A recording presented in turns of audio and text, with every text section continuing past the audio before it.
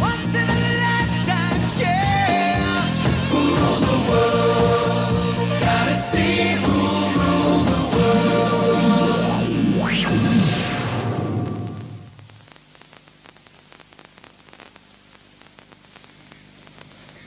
Hello and welcome to Prime Sports coverage of the World Cup. I'm Jonathan Green along with Sunil Gavaskar. Well, today's match is from Brisbane, Australia, and of course it's Australia versus India, and this is a really vital match for both sides, isn't it, Sunil? Yes, Jonathan, I think both teams deserve to get amongst the points table. Australia have got nothing at all. India's match against Sri Lanka washed out yesterday, and that means that India is short of match practice. Yeah, well, certainly there. And if we can take a look at the latest standings table, I think we'll notice that Australia now at the bottom of the table, and New Zealand leading the whole table. Look at that, by 6 points there. West Indies and England, and then Sri Lanka, but Australia at the bottom. Incredible, really. Absolutely unbelievable. Who would have thought at the beginning of the tournament that Australia, after 3 matches, would be right down there? But then they have 6 more matches to go, including this one against India, and perhaps they are hoping to set the record straight. So let's go live now to Brisbane for the game.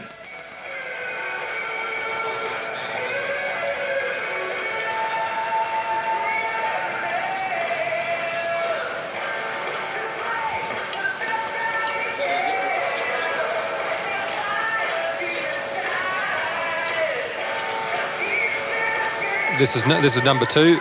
Okay. Weather forecast, temperature 27 degrees.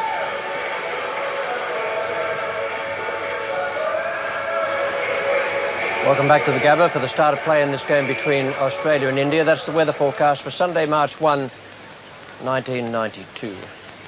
Cloudy, moderate, fresh southeasterly winds and 27 degrees forecast. We've had a couple of showers floating around this morning. Very, very light, but perhaps just a little bit of a problem.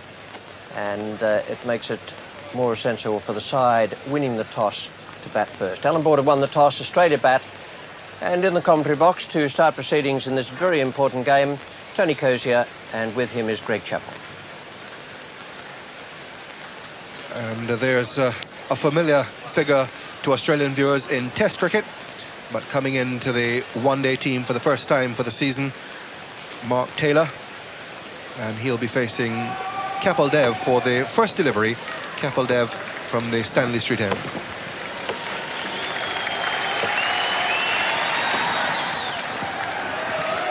Match starting at 9:30, which yesterday would have been 10:30. Daylight saving time ending overnight, and ending, it seems, for good in Queensland following the referendum last week, which voted against daylight saving time.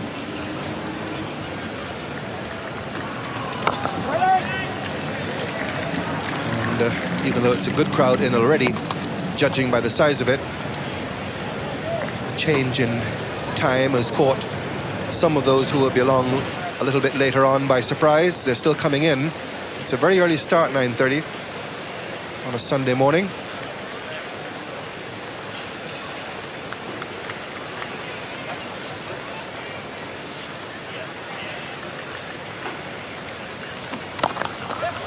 Got it through. So Mark Taylor gets Australia's innings underway with a cover drive. And it's good to see that Greg Chappell wasn't flummoxed by the change in time. Morning, Greg.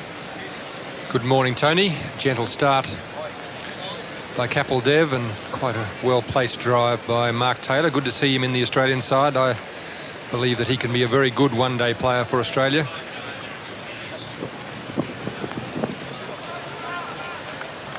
Umpire Robinson had a very good look at that. Gave it a little nod. It was wide of off stump. Correction is umpire Aldridge down at that end. Brian Aldridge from New Zealand. The Zimbabwean Ian Robinson is at the square leg position in this match. But Aldridge gave it a little, very careful look before allowing it.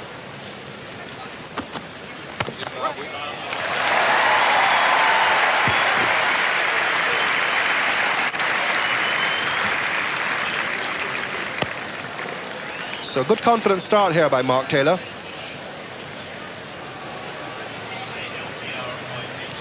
Mark Taylor gets his opportunity by accident almost here. Ian Healy's injury allowing him to come into the opening spot with David Boone deputising for Ian Healy.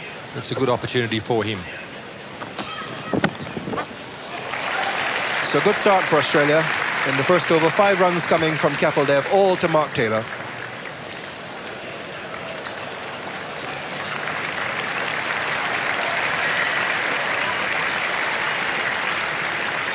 So the end of the first over for Australia, and it is Mark Taylor who's opening the batsman. And it's been a pretty good over because Australia have started off with 5 runs in this over, all to Mark Taylor.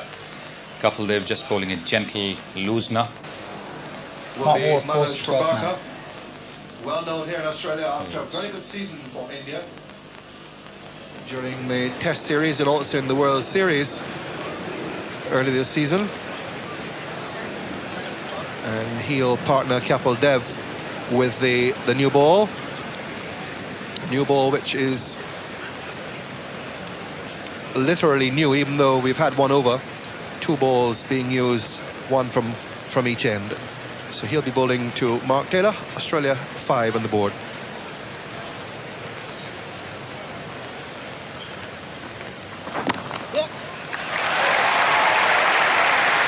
So Mark Taylor really finding the middle of the bat very early on. We'll look for 3 here and have to hurry. They've got to hit the stumps. It would have been very close for Jeff Marsh.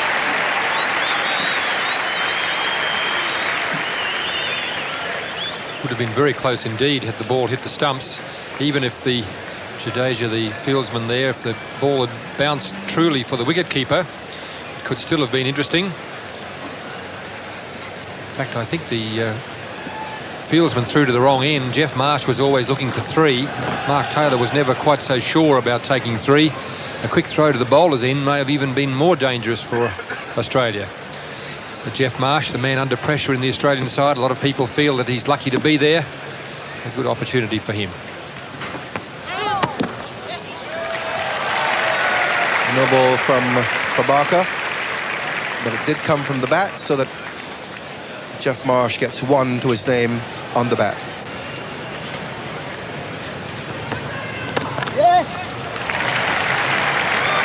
Srinath mid-on and spot on with his first throw.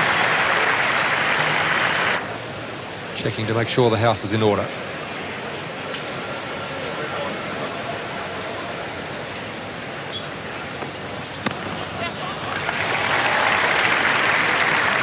Plenty of early swing for Prabhakar, and umpire Robinson signals dead ball, ruling that the batsman didn't play the shot. In fact, the rule states deliberate padding away. No attempt here by Jeff Marsh to lay bat on ball.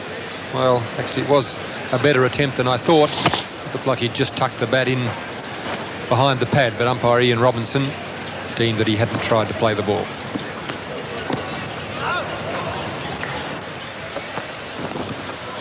And that's beautifully bowled. Drew him into the shot with the in-swinger.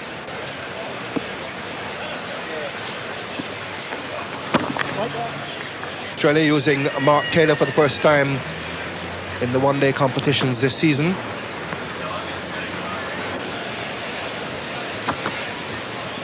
And David Boone will keep wicket.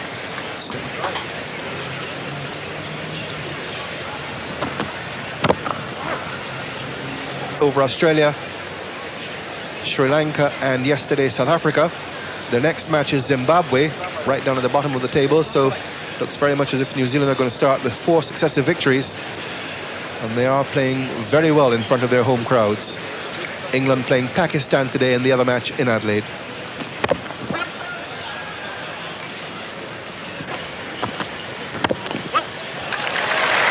Fine shot, chase here for Mandrake from square leg. They'll get 2. Outfield just a little bit slow. There was overnight rain and early morning rain, so it's a little bit slower than it was yesterday for the match between West Indies and Zimbabwe, which the West Indies won very handily by 75 runs.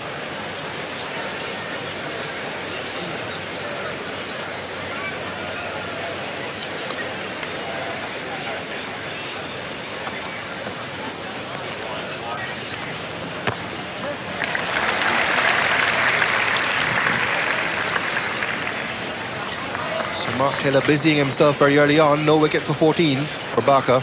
Showers early this morning may have scared a few people away, and so they have the opportunity to check what the weather's like. But as Tony said, no daylight saving as from the middle of the night. It's quite an early start here in Queensland.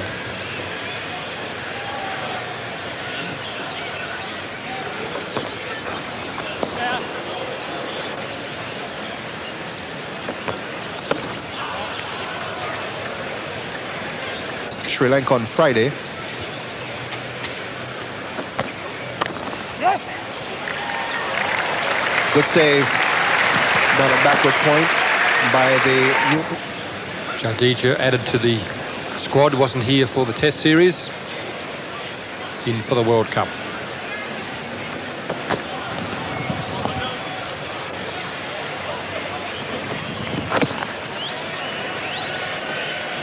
Good tight over from Prabhakar. No wicket for 17. The dog track with that footbridge over it.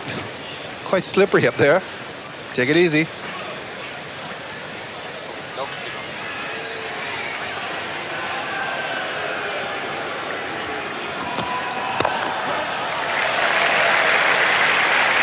Jadeja's had quite a bit of work to do since he's been on the field in only his second one-day international. And his quickness in the field and the speed with which he really... In the Australian side, there's been a lot of talk throughout the summer that he was perhaps lucky to be there, but the selectors showing great faith in him. His 115th match. Scored well over 4,000 runs at the average of 40.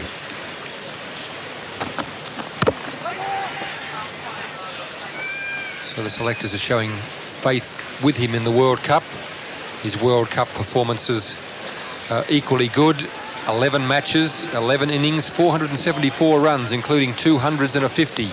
That's a very good average at any grade of cricket, let alone limited over matches of 52 and a strike rate of 73. So, whilst he's not in form at the moment,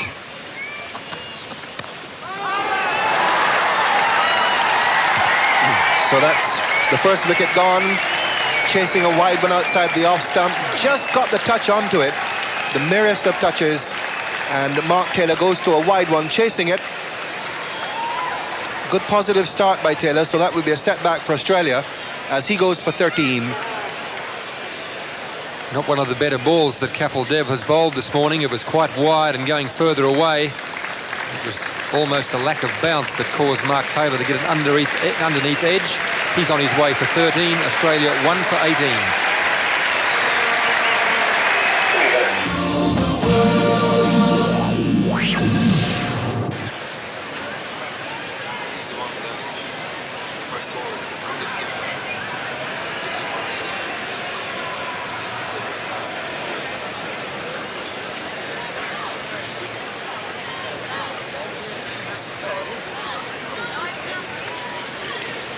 New batsman is David Boone, who comes in at the number 3 position, which he takes in Test cricket for Australia, usually the opening batsman in the one-day internationals. And he's in for Mark Taylor, gone for 13.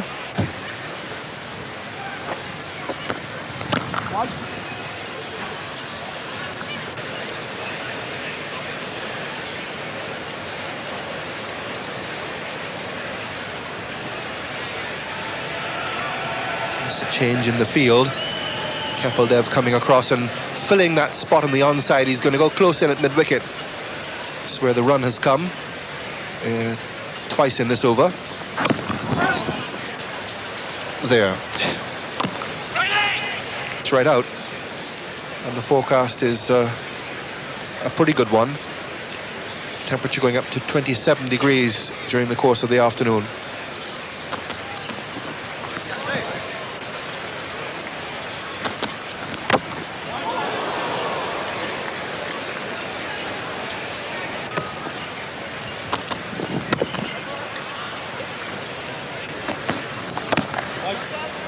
There's one other match here at the Gabba in the World Cup competition.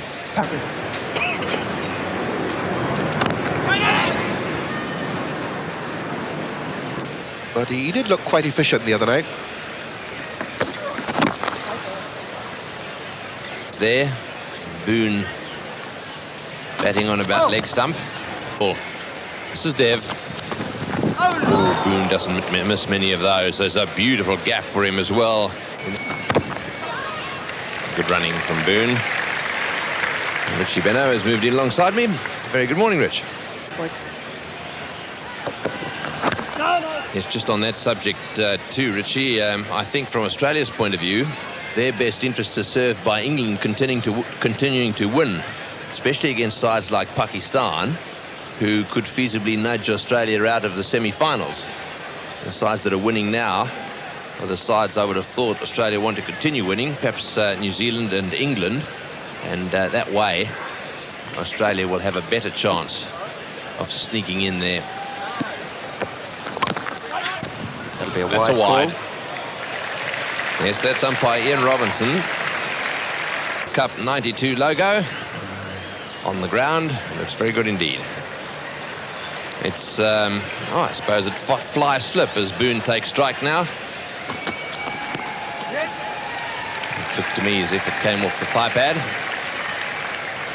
Onto his stumps. We've seen Marsh do this so often this summer, and he'll be dreadfully disappointed. Borderis pushed for him. He tried to run that one down to third man, and regrettably, from Marsh's point of view, he dragged it back onto the stumps. Well, the Australians have made a change today. They've brought in Mark Taylor to open with Jeff Marsh. Taylor is gone, and now Marsh has two, and Kapil Dev is the man who's struck once again. It's 2 for 31, Australia in 11.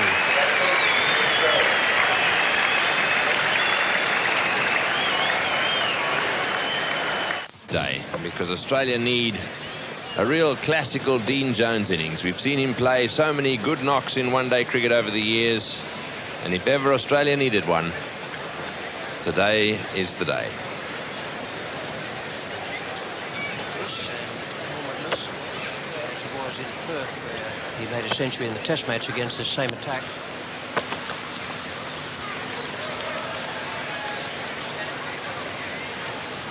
Keep an eye now on the bat of Marsh as this one nips off the inside edge and back onto the off stump. And that's a very try again. Very, very disappointed Marsh. You can see how he tried to run that down there, and that's happened a few times this season.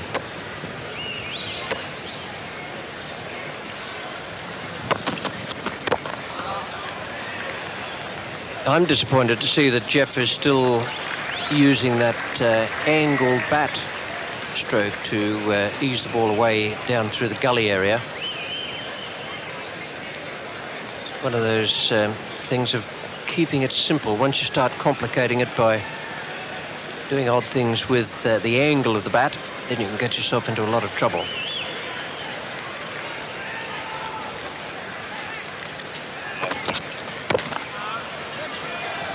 Srinath just moving his third man a little wider. Out.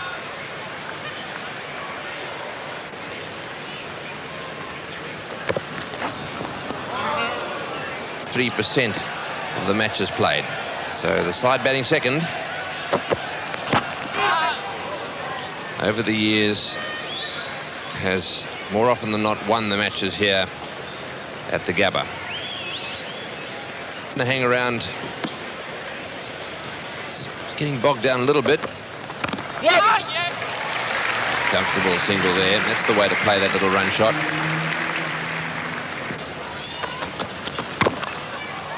Oh, that one off.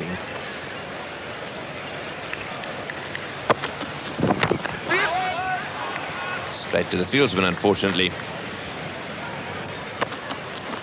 Yes, he's got all the breeding, Rich. He's descendant of Ranji and Jilapsinji. He's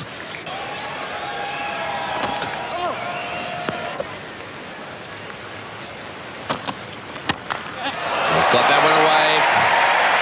Over the top of the infield. Good shot by Dean Jones. That was the shortest delivery. He picked it quickly and pulled it over the top of the infield. We need to see more of that type of shot, not necessarily in that direction, from the Australians early on, I think, in the first 15 overs. Didn't quite get that off the middle. Came off middle and thickish inside edge, but it's still gone for 4. The field is up inside these 15 overs. This is the 13th. On 4. Beginning to get the ball away now consistently for ones, Boone. I was very impressed by the way New Zealand went about their task yesterday when they were needing 191 for victory against South Africa. Inside the first 15 overs, Mark Greatbatch and Rod Latham just hit it all over the park, and they played good shots as well. Greatbatch making something of a comeback after a lean trot, played quite beautifully. But it was in the first 15 overs that they worked so hard and got the total up. Beautiful shot. That's a huge 6 over the 4. It's a magnificent shot. Into the Queensland woods. It's the Wacker, well, whatever it is. It's a big 6, I can tell you that. What a shot. More of that, please, Dean Jones. I think that's the Queensland Cricket Association section down there. That might have ended up in the bar down that section of the ground. Oh, well taken. What a beautiful shot that was.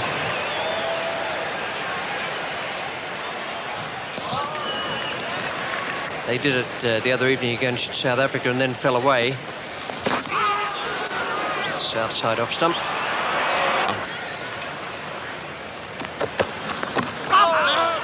Getting himself well across, just outside the line. Moving the ball a lot.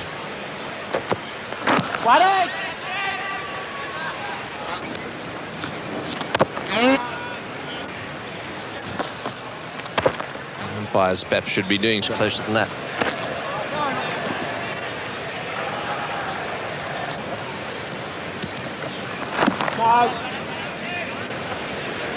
The field's starting to spread a bit now for Jones.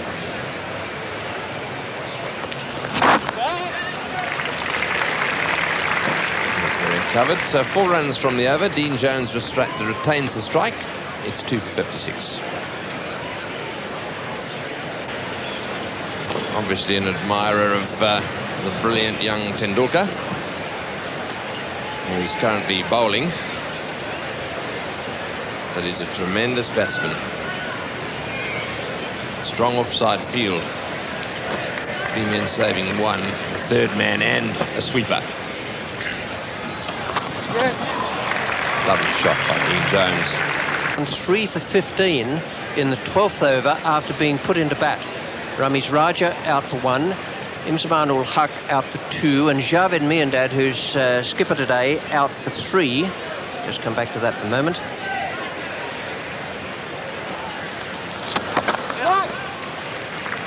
Just a single there.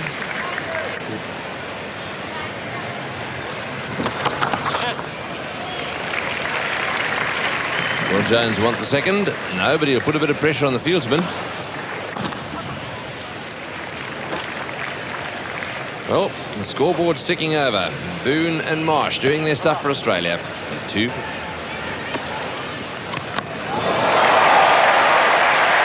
that's the type of form that the Australians are looking for from this man.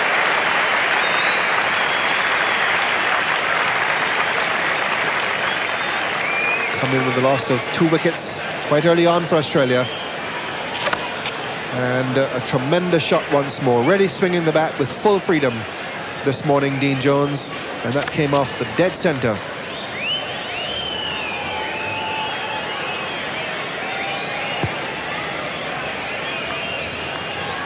Very positive Dean Jones here this morning, and that's the way he needs to play.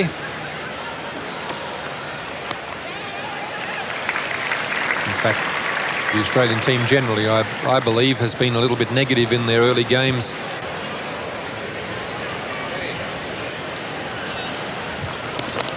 Oh, magnificent shot.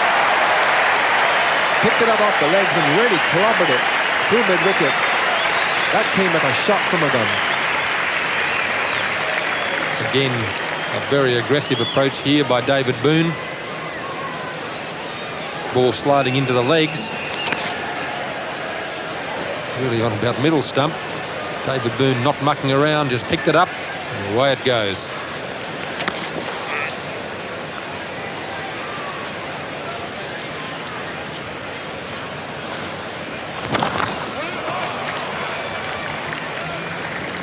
Might be a time here for Azharuddin to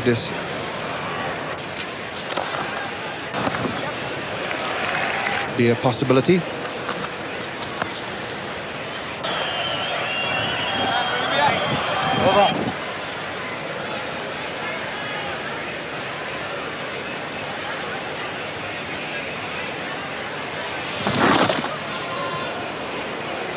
Yes, there was no question. That was well down the leg side.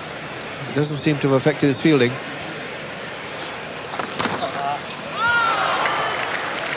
Pakistan.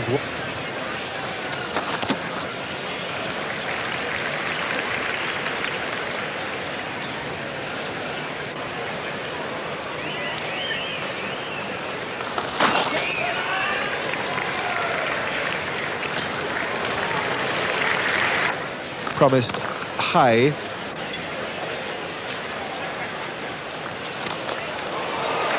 Which is just about doubled. It looks the way Australia has started, so it should be a good game.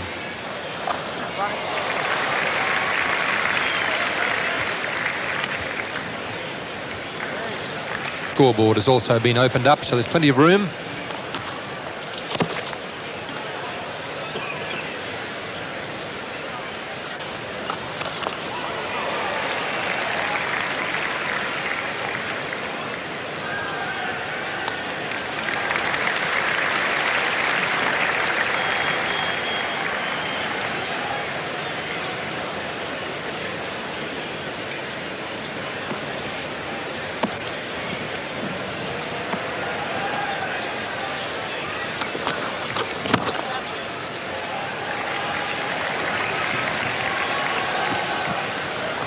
Two for 82 at the end of the over.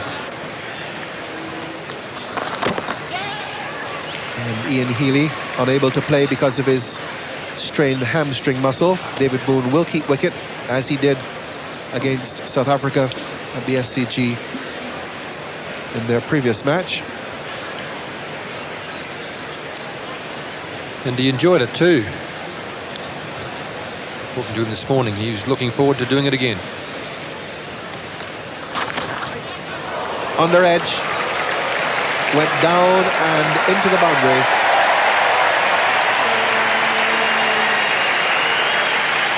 Well, technically a chance there, but really Kieran Moray no hope of catching that ball. A thick underneath edge by David Boone. Wide delivery. Give it the full flow of the bat. Just got the bottom edge, and Kieran Moray there just showing the frustration of knowing that the ball was hit, but nothing he could do about it.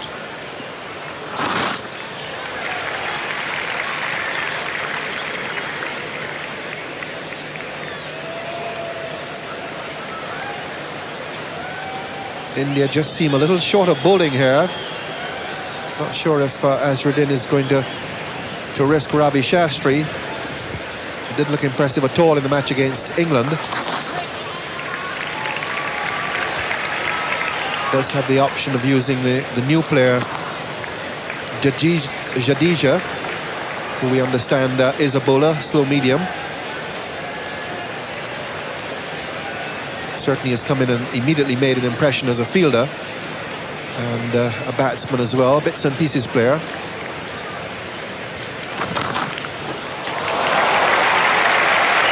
Long chase here for the fielder coming around from deep point. Shrikant patrolling the sweeper position.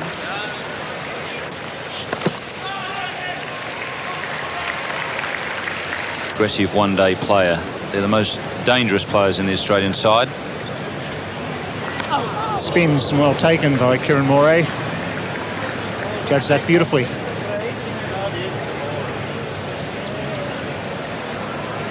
David Boone won't be all that pleased to see that, not only as a batsman. He's gone. Well, there's good bowling. Enticed him down the pitch. Ravi Shastri takes the catch. A beautiful piece of bowling by Raju. Beat him in flight. Didn't quite get to the pitcher ball, and it's a vital wicket. Maybe that the ball didn't spin either because it's gone away on the onside, and I'm sure that David Boone was trying to hit with the spin, hit over the offside, but the ball's virtually gone straight on and finished in the hands of Ravi Shastri. So that's a terrific blow struck there by Venkatapati Raju. Australia 3 for 102.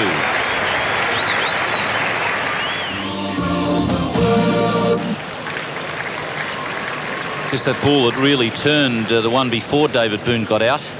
That may have prompted the following shot, but David Boone will have to keep, or will probably be the keeper for Australia, and he won't be too thrilled to see him turning a lot.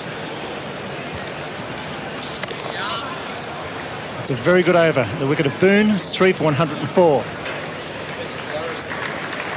Numbers end.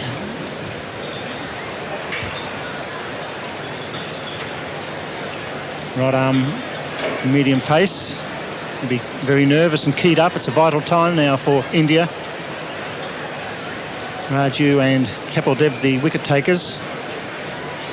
So with the new batsman in, India bringing a new bowler into the attack.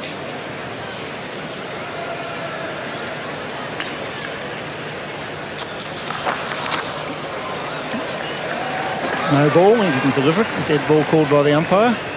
Nervous start. Spriggs gripping the turf. All right, Venkatapati Raju just picked up some valuable wickets this summer. None more valuable than this. It's a good piece of flight there by Raju.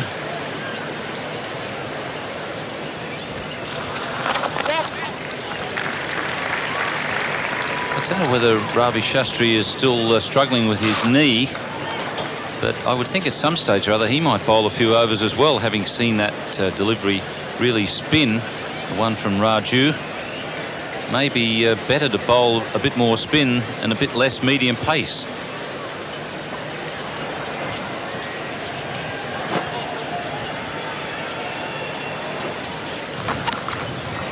Single out to cover point. It's exciting cricket around Australia. Sport run rate 4.16, which is good, but not great at the Gabba. It's a smallish ground. It's healthy run rate, that. Beats him. War just fending outside the line of the off stump. So it could be also advisable to get Ravi Shastri into the attack while Steve Waugh is fresh at the crease.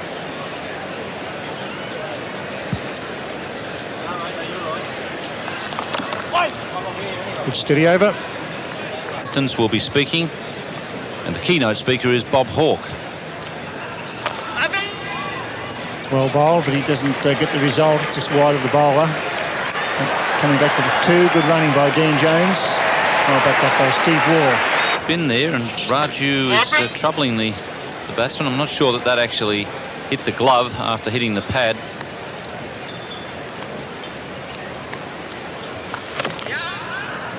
The arm ball. Morning of the game at the Cricketers Club. And the guest speaker there will be Mike Proctor, the... Jones not timing that delivery. Well, the Adelaide Oval is a big match for England. They will make it 3 out of 3 if they win this one. 7:46 Pakistan in the 22nd over. England 2 for 8. Both them 2 for 5.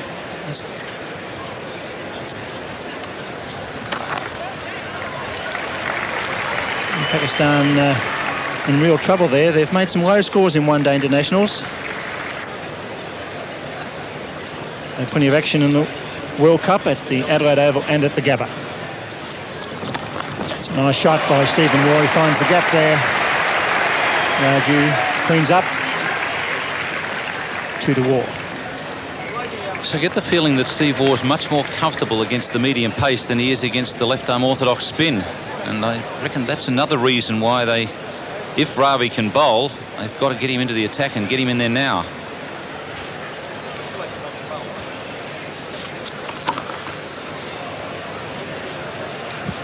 Azharuddin at backward point. Big match for India as well. They need points in this World Cup.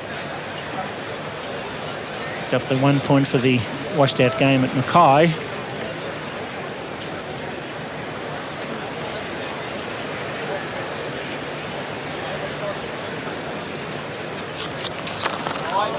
It's well fielded by Tendulkar at cover.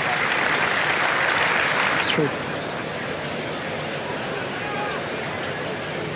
3 for 113, Jones 34. Been tied down a little bit here by Rajus. Orthodox left arm spin. That's well fielded by Prabhakar. India on the job now with the wicket of Boone. It's through the gap.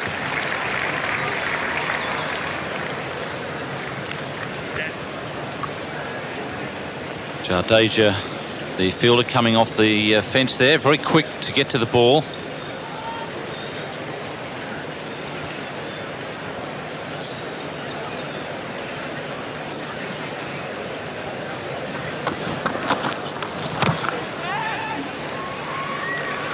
Off's a little bit slow, just the single.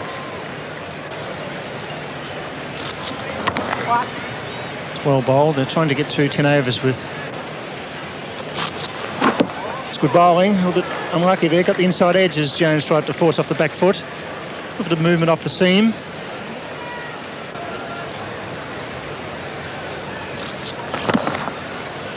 It's well fielded.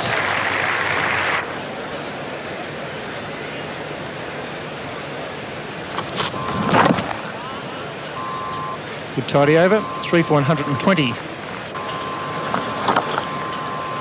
Now Brisbane viewers will be leaving us shortly. There's plenty of room here at the Gabba. Sure to be.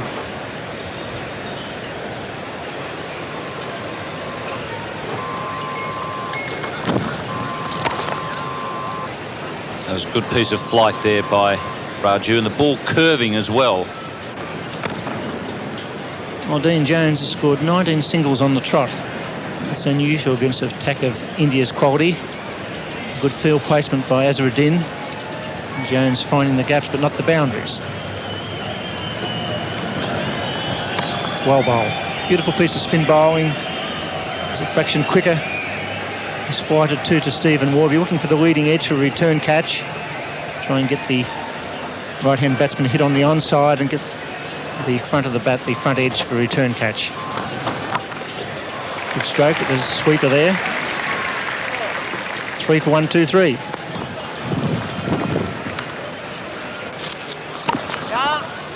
Well done, he slipped over and still knocked the ball down. Good effort.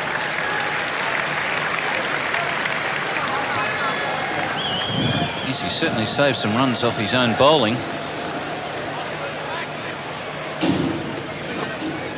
And he's in terrific position as he delivers the ball, realising that once the ball's left his hand, he then becomes a fielder. Jadeja is in very good position once he lets the ball go.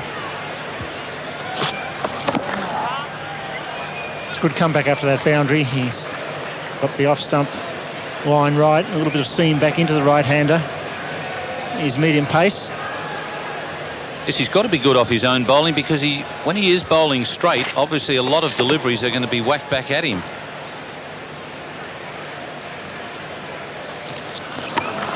Great shot.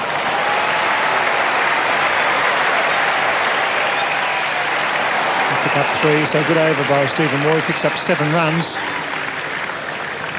3 for 130.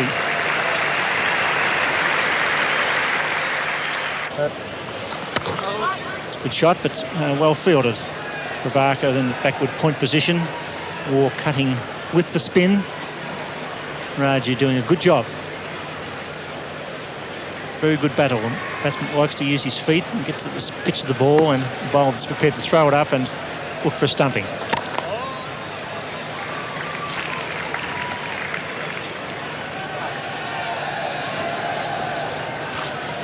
Yes, that's the one that troubles him most.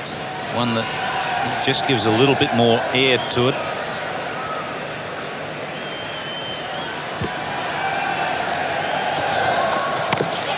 Another single to Dean Jones. He's just working the ball. They've got wickets in hand, Australia. The run rate just over 4 runs per over. 17 overs to be bowled after this one.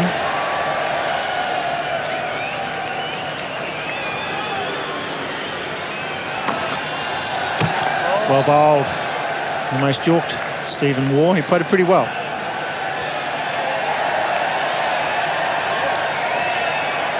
That one drifted right in onto the blind spot. Good running. Tendulkar. The cover not quick enough.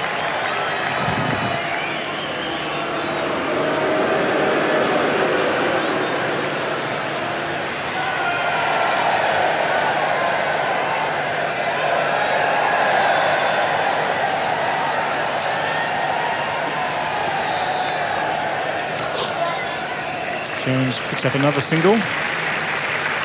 That's 3 for 134.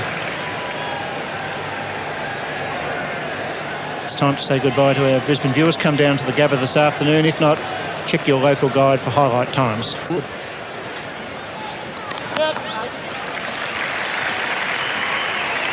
Can't get 2 there. Raju, the fielder. It's all tight stuff out there now. We're into the 34th over. The Australians desperately trying to increase their run rate. They were looking at something around about 240, but they'll need to go some if that's to be the case now. More likely 220, 230.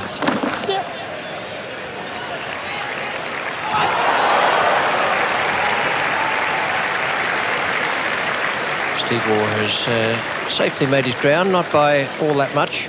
And good afternoon, David Gow. Good afternoon, Richie. No problem there for the umpires.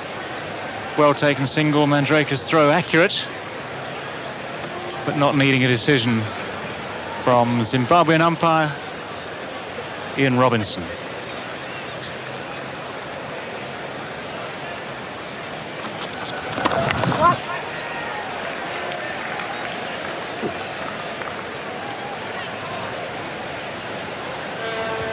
Fielding has been good and sharp this morning. Mandrake is there at rather wide mid-wicket position. Very important, these next 6 or 7 overs to these two teams.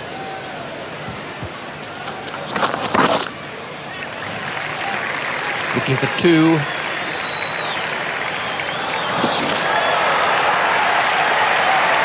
This is a small ground. It's always dangerous going for the 2 on a flat throw at the Gabba. Different from being on the MCG. Yep, you have to judge your fielders and also motor, which is exactly what Dean Jones has done. Just made it in there, and his momentum has carried him, in fact, 20 metres past the stumps there. Just taking a few breaths. And actually, that 20-metre follow-through does give you a bit of extra time to regain composure, grab some oxygen and prepare for the next ball.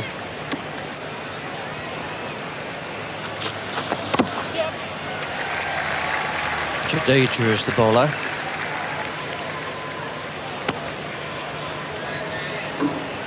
Three for 139 at the moment. Doesn't seem at all overawed by the importance of the occasion. Good stroke player by repute. Good wristy stroke player.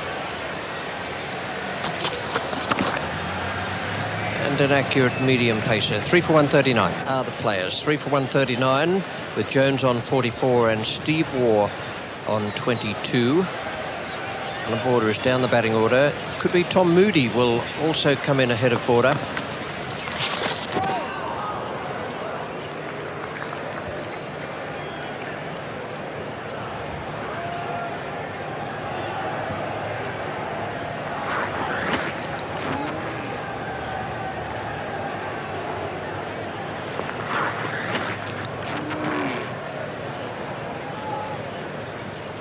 The wicketkeeper was looking for the stumping there, and Jones was looking for the wide down the leg side.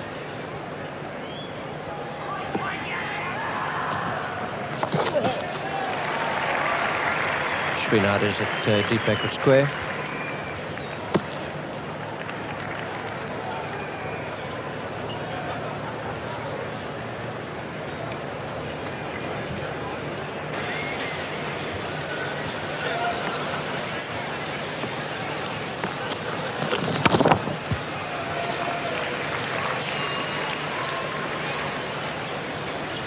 Just a single there. The Indians have fielded very well this morning. They've been sharp on the ground fielding. Moving in quickly. They have 1 point in this competition. That 1 point coming from the washed-out match against Sri Lanka the other day in the north of Queensland. Australia, no points.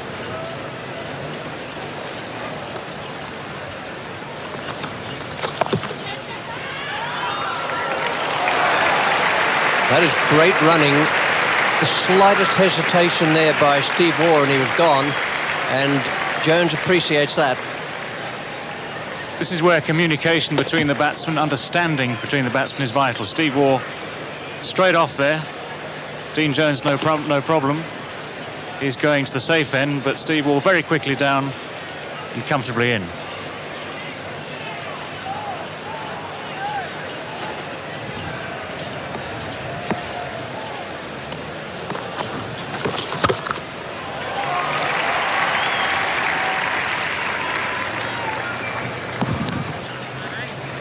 End of the over, 3 for 143.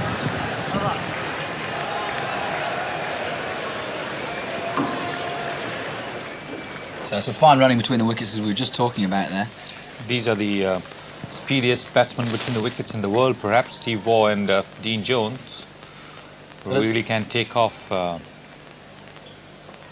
as the commentator was saying, it's communication that's the essence between them. Dermot Hughes, Tom Moody, Steve Waugh and Peter Taylor for spin.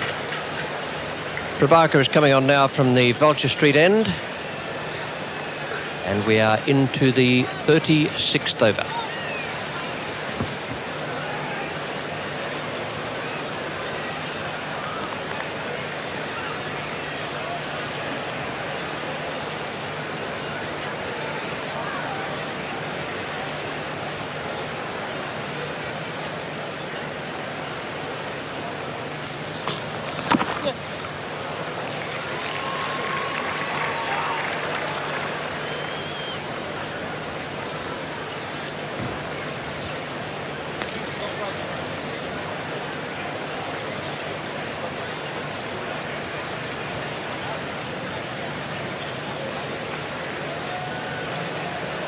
Mohammad Azharuddin has got through 10 overs with Tendulkar and Jadeja at a cost of 50 runs.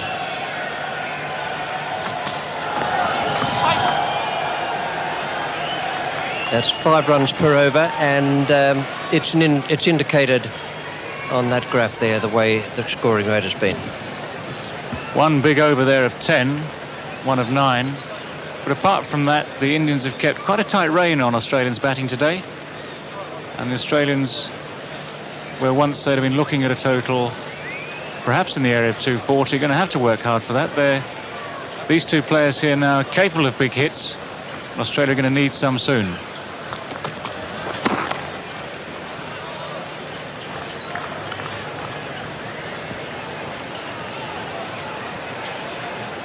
This is the very tight time between the 20th and 40th over, where the fielding side, if they can put the shackles on their opponents, they're in with a big chance. The rate is 4.05 at the moment.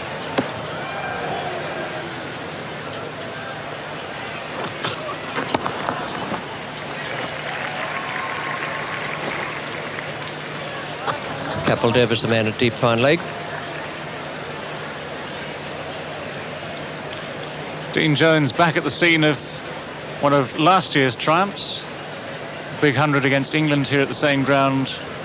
Won them a World Series Cup match on that occasion. He was a little bit more unbridled on that particular occasion. Well restrained today by the Indians.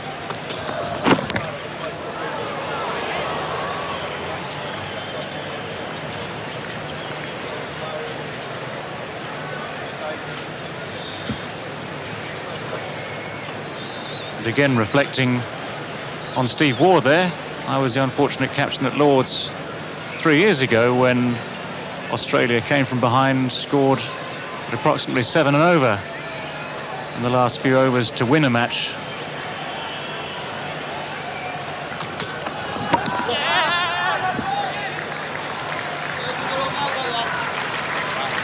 Plenty of variation there from Prabhakar in that over, 3 for 146. Good quick single there. Kieran Murray unable to get across.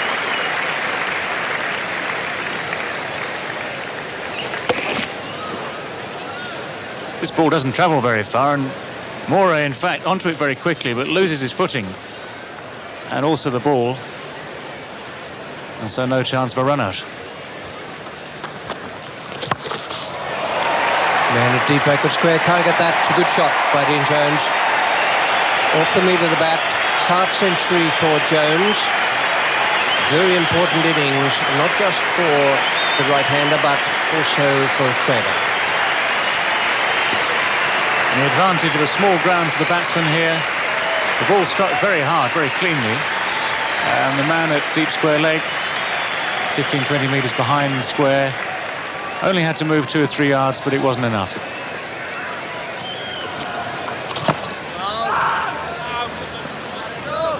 Good fielding by Tendulkar. It's the end of the over. It's 3 for 153.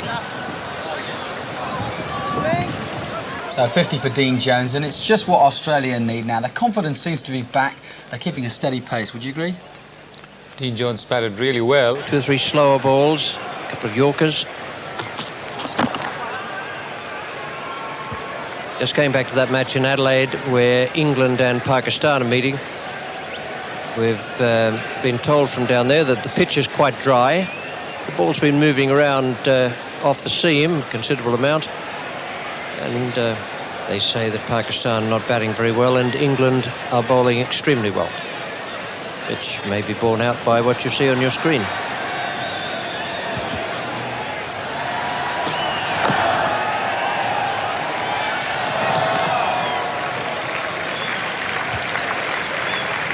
One of the treats of watching cricket to see Dean Jones and Steve Waugh between the wickets. Wonderful lesson for any young players looking in. Through the years, various pairs of batsmen have built up understandings. It's normally opening batsmen that are always there together that have a proper understanding, but these two running very well, almost by intuition. It's not a question of loud shouts, it's just a question of a look and a nod, and they're off and herring between the wickets.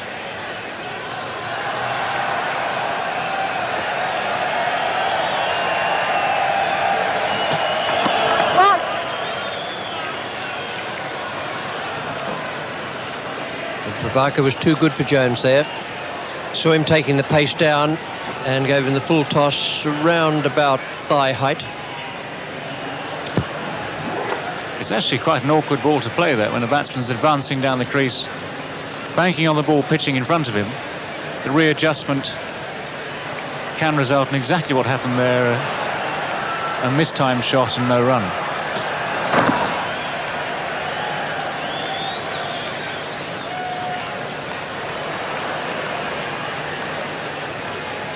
Run rate just over 4 runs and over there, which is good enough under normal circumstances, but with the innings running out of time now, it's largely up to these two batsmen to raise that rate. Something over 5, something approaching 6 would be very nice indeed.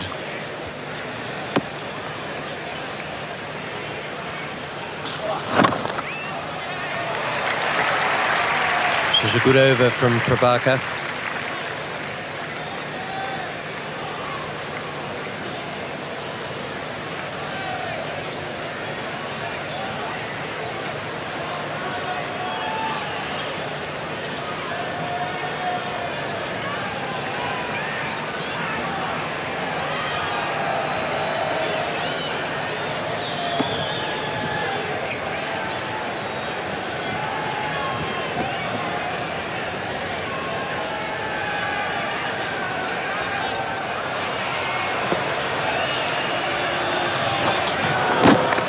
A very good over from Manoj Prabhakar. Just 2 runs from it, it's 3 for 155. Dean Jones, 50, came up in 93 minutes, 75 balls, he is 3 balls and 1. Bring you up to date with the scores in the other game, England-Pakistan, in a moment.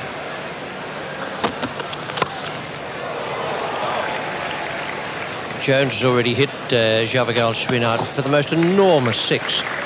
He was batting, was when Srinath was bowling from the Vulture Street end. He hit him into the Sir Leslie Wilson stand.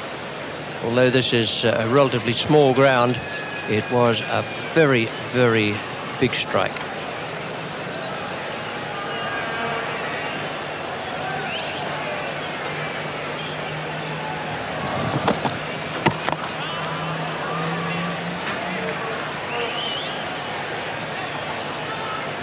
Perfect place to bowl at this stage of the match.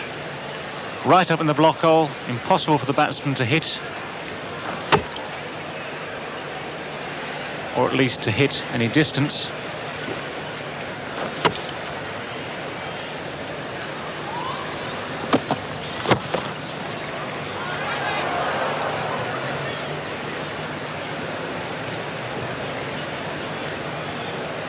We're into the 39th over.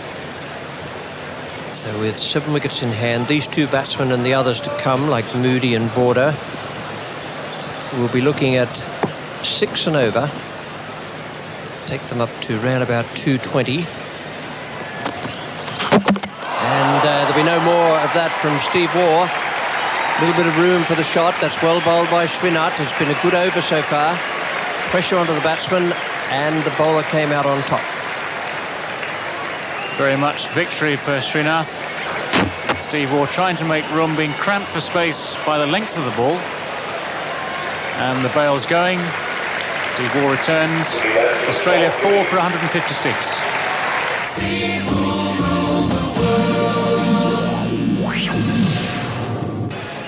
Moody has had a mixed season, but his performance today will be very important from Australia's point of view, as well as his own. 4 for 156 it is.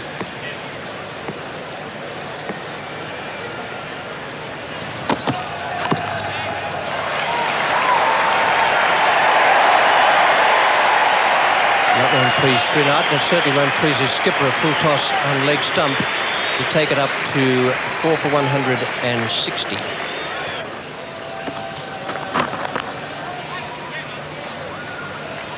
Jones will just take the single down to mid-on. Raju is the fielder.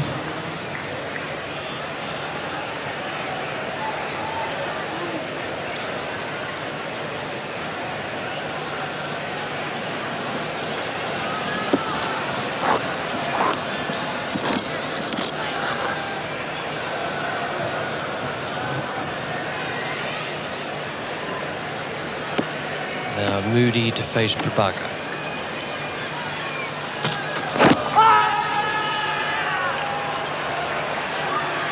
Down the leg side, but not by all that much, I wouldn't think.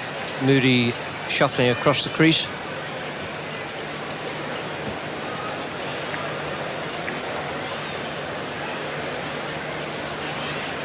And there we have it. England very happy with that scorecard. 8 for 60 Pakistan after 32 overs. Wasim Haider 12 not out, only the second Pakistani batsman into double figures, the other one being Salim Malik with 17. And the wickets being shared by the bowlers. Cleverly played by Jones. Didn't hit it too hard. He picked the slower ball well and just eased it past the square leg umpire into the gap between 2 fielders.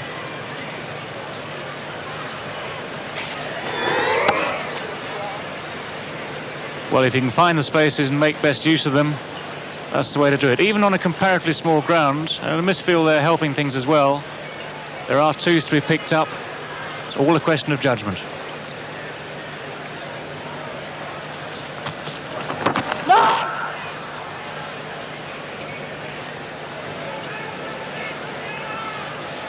Gladstone Small making his first appearance at the World Cup. They're 2 for 12. Ian Botham, who's been very economical in all the games that England have played so far, 2 for 5. Derek Pringle, another of England's stalwarts, 2 for 8. And Philip de Freitas, 2 for 21. By looking at that, comparatively expensive, but England aren't going to worry too much about that.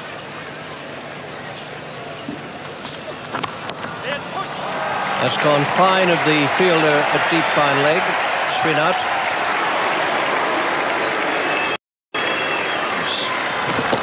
Kapil Dev, it is at deep fine leg, and once again, good strong arm coming in from the great all-rounder. Kapil Dev just managed to get a boot on it there. Comparatively long in the tooth by Indian bowling standards, been around for a long time, but still saving the boundary at a wideish long leg there for India.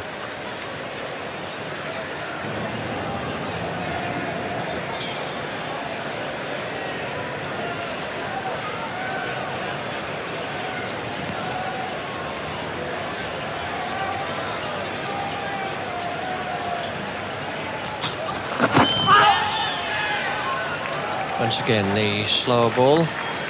Barker's very wide on the bowling crease there. It's over, 4 for 169. 10 overs left now for Australia, and they are 169, so they are looking at a score of 250 plus, but that's if they don't lose any more wickets. Tom Moody is a big hitter. Dean Jones is already in there with a well-made 60. The Indians have to tighten things up if they don't have to chase a score of 250 plus.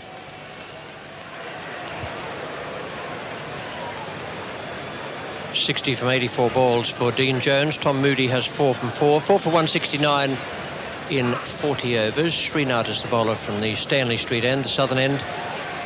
Not going to help his in-swing coming from that end. In that game in Adelaide, we were talking about England-Pakistan, where Pakistan are 8 for 60. That's after 32 overs. Javed Miandad is captaining Pakistan today. Something of a crisis there because Imran Khan has this injured shoulder, hasn't been able to play at all. And that is a very awkward situation for Pakistan. Javed captain and came in on a hat-trick.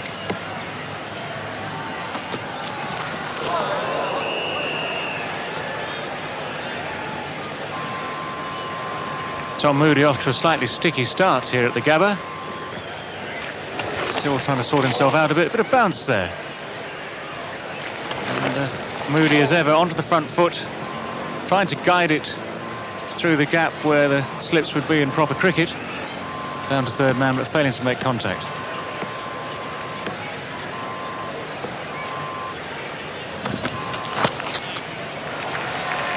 Tendulkar is out on the boundary. Very flat throw.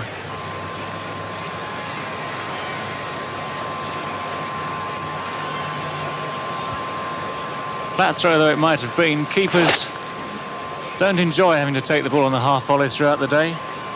They do rely on the fielders either getting in it clean, getting the ball in cleanly over the top of the stumps, or with one comfortable bounce well in front of them. No ball call there, only worth the single.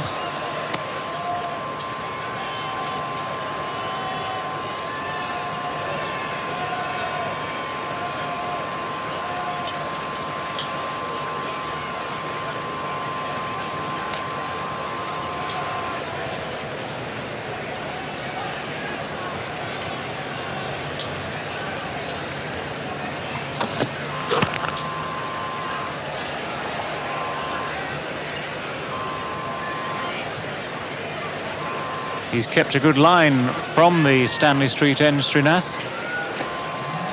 Previously in his first spell, a little bit more expensive. But aided by the new batsman arriving at the crease, Tom Moody there.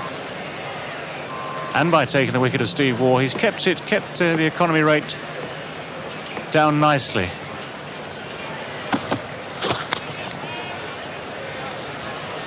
That's well bowled too. Much depends on Tom Moody.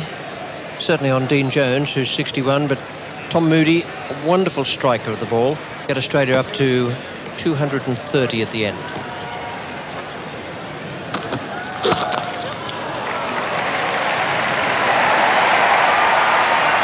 He's hit that with terrific power because the man at mid-off almost got across to it. The one at mid-on very deep.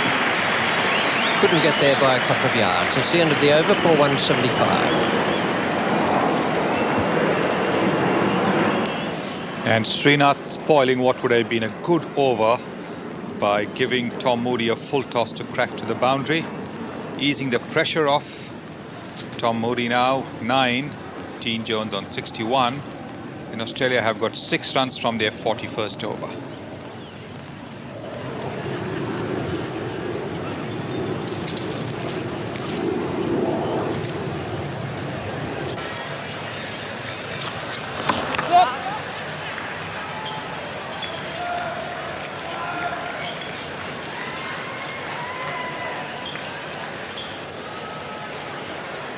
Dean Jones just starting to dance around the crease to try and upset the bowler's line and length.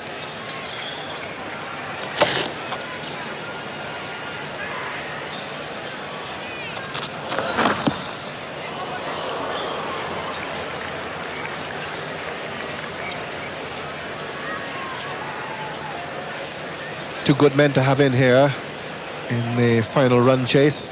Tom Moody, a big hitter of the ball once he can get in. Dean Jones, not only a hitter but also an improviser.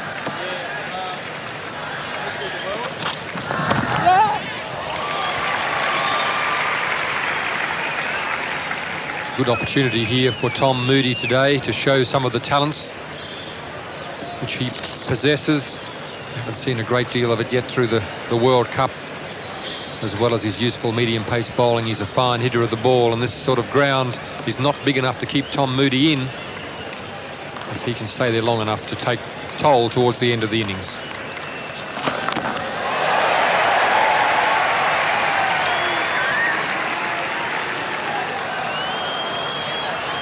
A wayward return from Srinath, so he's had a pretty bad day, Srinath.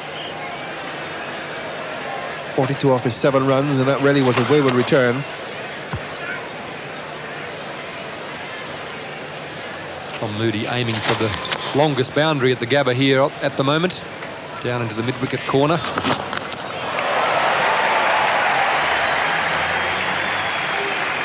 Prabhakar makes the save, so Tom Moody just beginning to find his range. Not quite getting them off the very middle of the bat. I remember seeing Tom Moody bat here a few years ago. Had a couple of straight drives. They didn't appear to be lofted straight drives at all, but they cleared the straight boundary comfortably.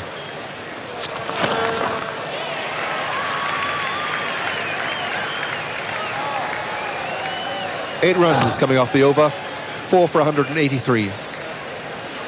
And a bit of stick so far today. And some more. Hit right through the line of the ball, so the new bat seems to have worked the trick for Tom Moody. Right over the infield for 4. Srinath just very predictable as a medium-pace bowler. He doesn't hit the wicket very hard. He's not bowling an ideal length. He's either too full or too short. Seems to me that he's the ideal bowler for Tom Moody at the moment.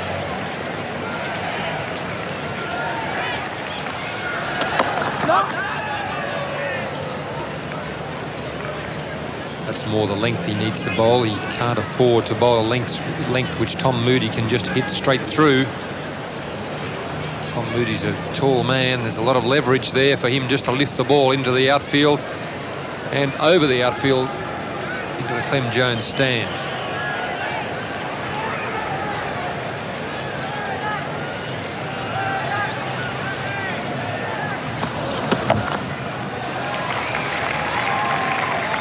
Mandraker in the sweeper position, just a single.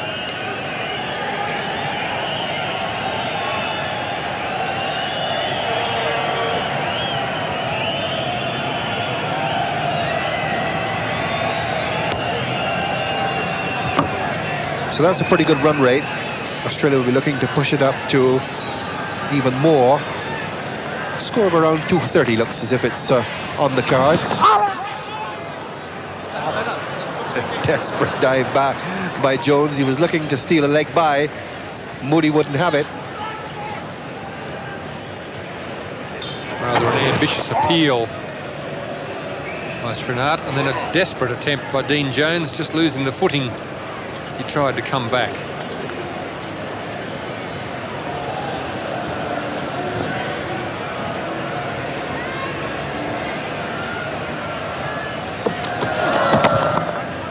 Well bowled. Really, that's the perfect kind of delivery for this time of the innings. Yorker on middle stump. Some pretty heavy overs there for Australia. Number 17 there, Dean Jones was in and started in a very positive and impressive fashion. There have been some pretty good overs.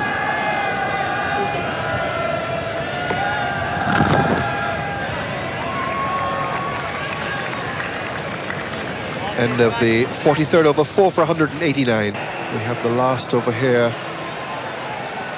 I would say, from the new man in the side, Jadeja.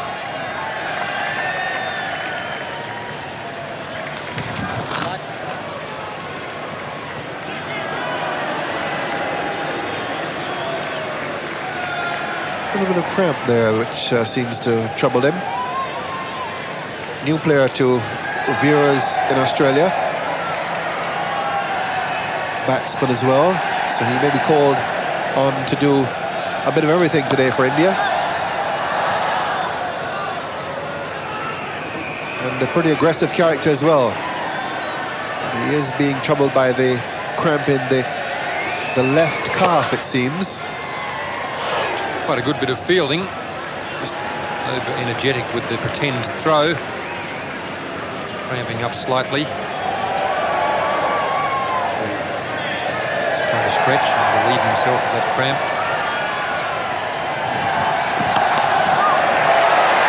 Well, this is not quite going to find the gap between the deep mid-wicket and the straight long on. And umpire Robinson almost copped it with the return coming in from Srinath.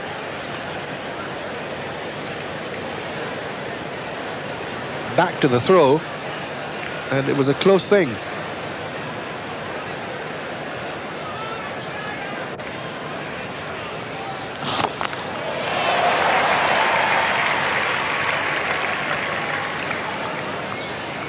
Seen that happen before, in fact.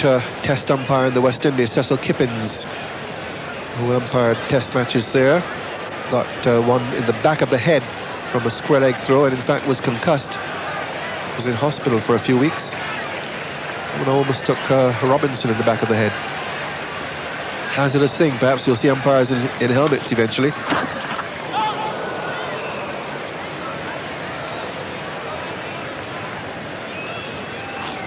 Good delivery by Jadeja. He's tried the Yorker a couple of times this over. Didn't quite get it there for Tom Moody, but very nearly the perfect Yorker to Dean Jones.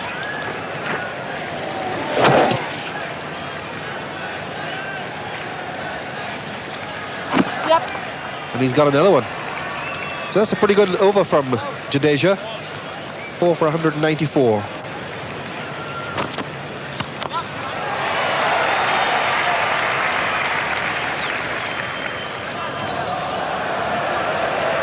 Srinath just hasn't been able to find his range, and Kapil Dev just pointing to him here to toss the ball into the turf on the return. Really no pressure on him for that one. The batsmen were settled for one.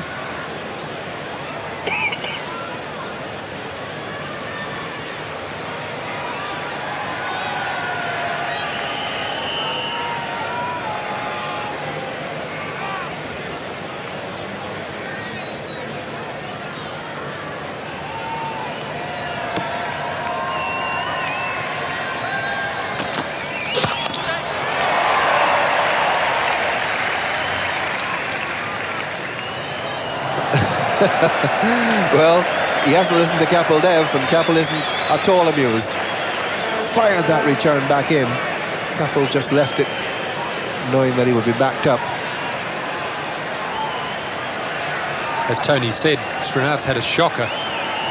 Only about 30 yards, 30 metres away from the bowler's end stumps when he threw that. He didn't get within 10 metres of them. His captain's just been down and had a bit of a chat to him, so rather unhappy young man there at the moment.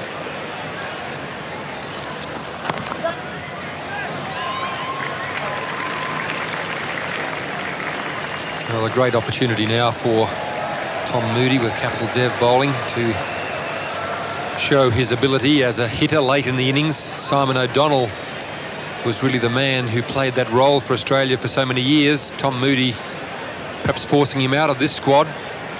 So the ideal opportunity here with just over 5 overs to go for Tom Moody to show some of that talent for big hitting. Short boundaries are straight.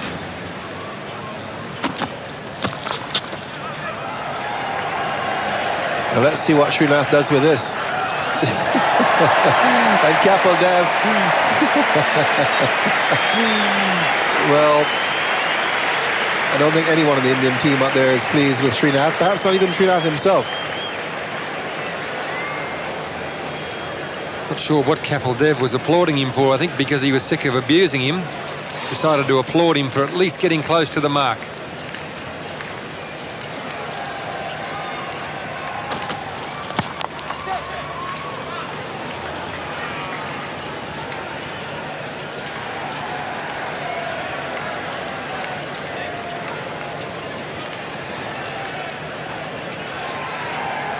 It's been a very good innings by Dean Jones, really reasserting himself. He's not had a good season by his own standards in the one-day game, but as soon as he came out, his first 2 scoring shots were a 4 and a 6. Big 6 off Srinath over long on.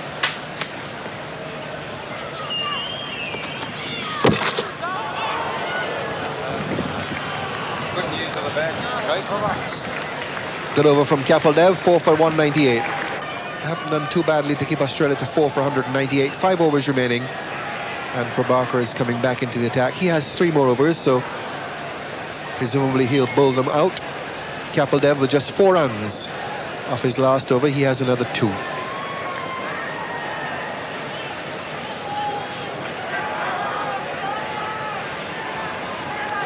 None for 24 from his 7 overs at the start of the innings. Kapil Dev continuing along there, 8 overs, 2 for 22. A very impressive performance again. 5 runs from his first over. Since then, he's been the model of consistency. Good length, good line. Picked up a couple of important wickets early in the innings. And Kapil Dev's done his job for the team once again. In fact, the Indian bowlers, apart from Srinath, haven't done a bad job.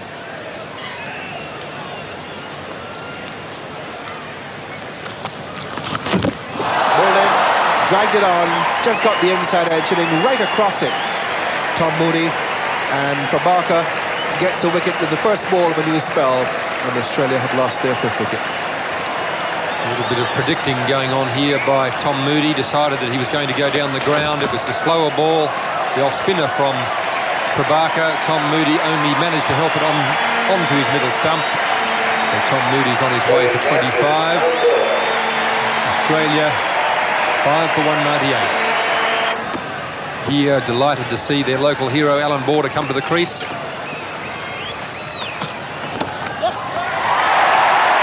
off the mark right away. Alan Border, of course, also the Queensland captain. And he's come in and raised the 200 for Australia in the 46th over.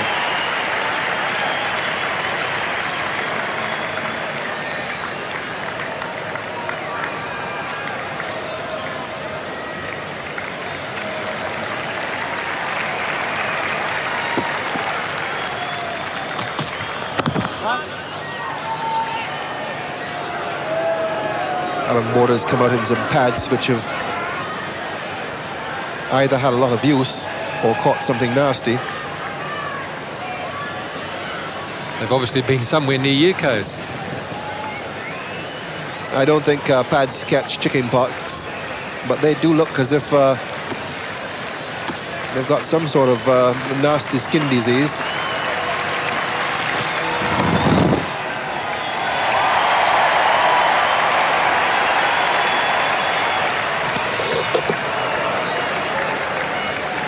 Nothing wrong with Alan Border's bat. He's walked straight in and struck a couple in the middle.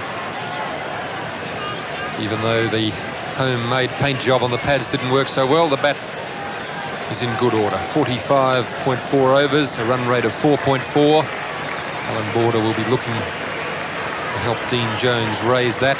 Get it up around the 5 mark would be something that they would be very happy with.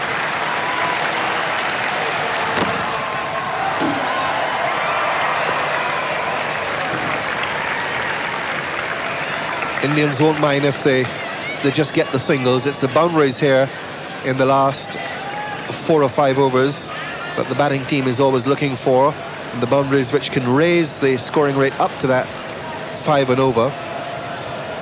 At the moment, the Indians doing very well. Prabhakar and Kapil Dev just limiting the batsmen to singles.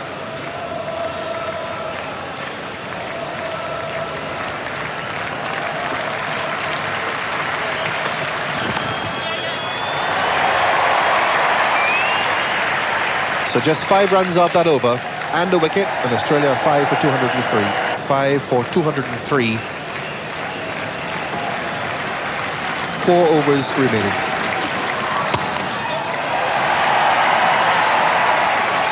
The Indian bowlers just mixing up their pace, trying to prevent the Australian batsmen from hitting the boundaries. Only 4 fieldsmen in the inner circle. The rest are patrolling the boundary at all points. Kapil Dev, very experienced at this end of the innings, knows that he's got to bowl a good line, but keep mixing up the pace.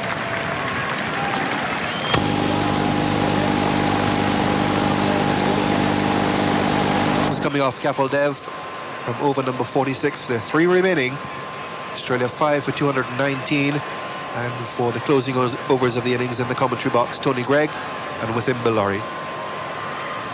Yes, if they can repeat that over, just on a couple of occasions in this lead up to the end of the Australian innings, they'll be very happy.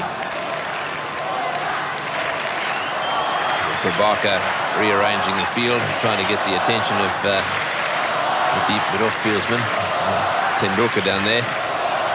Makes him a little wider. Borders on strike.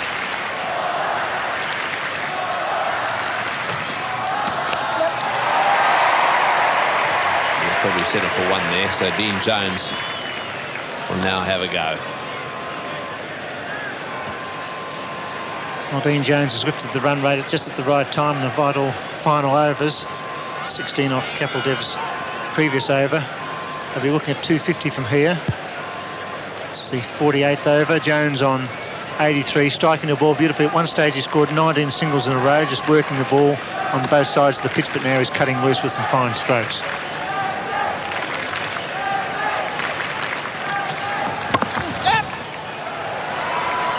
They're going to run for everything now.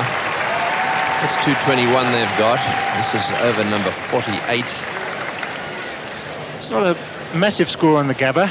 India, if they're going to make 250, would pick the Gabba pitch and the short boundaries because it's a good batting pitch. It's not too much variable bounce. The ball coming onto the bat. Yes, and they've also got some batting depth. That's the other thing the Australians will be worried about.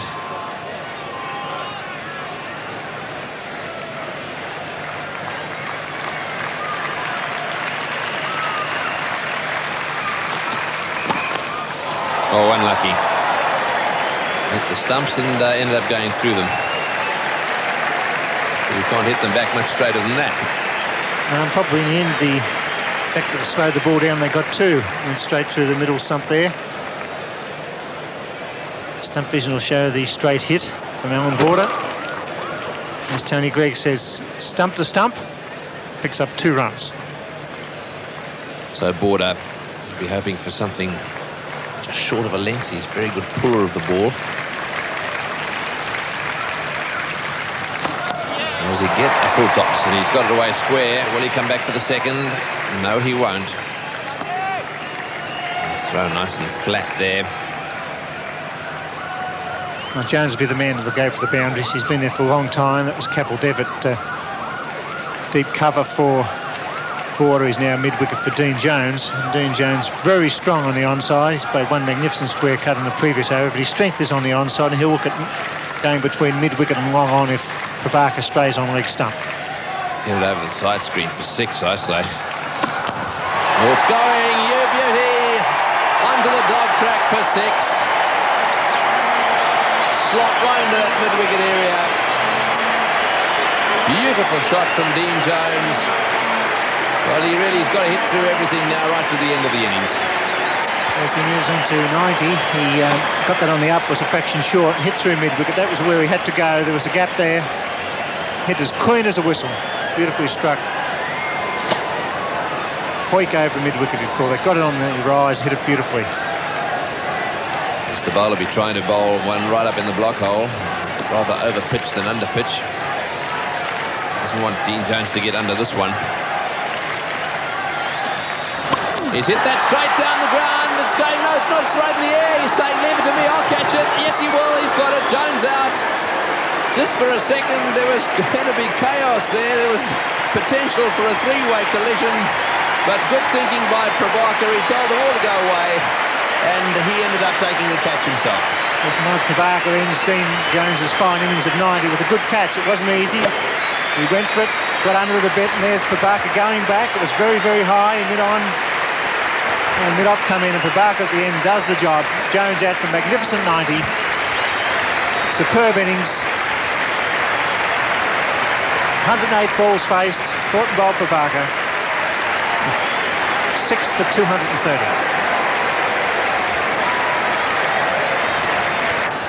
So he's on strike. This is Dev. And that's off the pad, and it's going to go running down towards the boundary. It'll go for 4-2, I should think. It's well done. Ravi Shastri doing very well. Really went for it, looking for another 6. Mid-on come in, mid-off come in. Prabhakar very cool in the crisis there. Could have easily been a mix-up. Took the return catch. Yes, they came running in from all angles, and you watch his arms out. Leave it to me. Pushes them away and gets under it himself. Not a bad catch. It went a long way up. Good shot by Border, but that area's covered. Good throw too. So what Border's got to hope for now is that Craig McDermott can get under one. He's big, he's strong.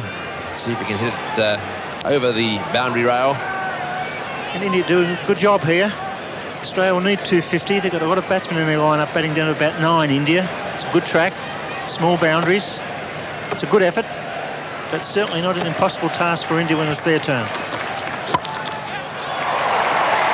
Once again into the gap, but once again just one. Tendulkar whipping that in a bit short there. Kiran Moray struggling a bit, but the Indians are all backing up. There were 3 of them in a line behind the wicketkeeper then. Yes, Azharuddin did well backing up the captain. It was a little bit sloppy from Tendulkar. He's been a little bit wayward with his throwing today. He tried to underarm that, and the captain did well backing up, saving an overthrow.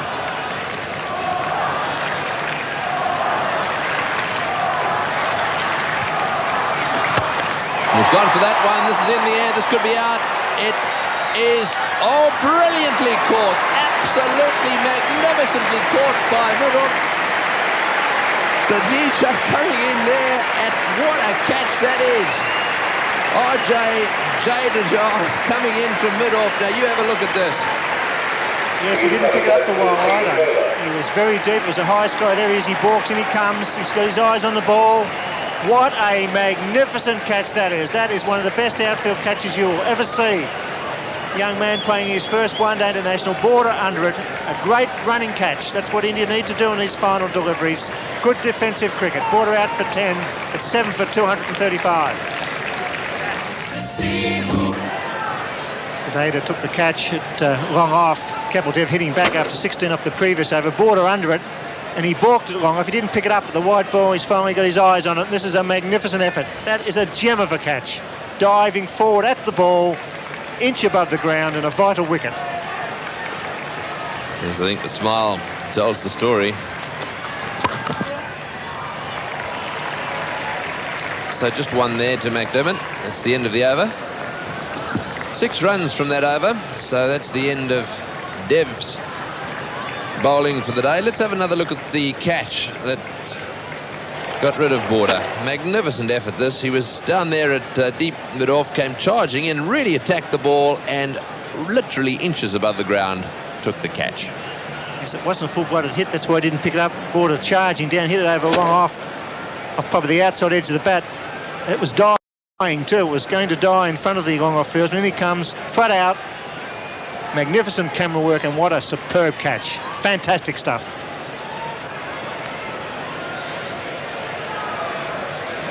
Yes, I think he might want a copy of that one. That was fantastic. So Prabhakar now to bowl the last over.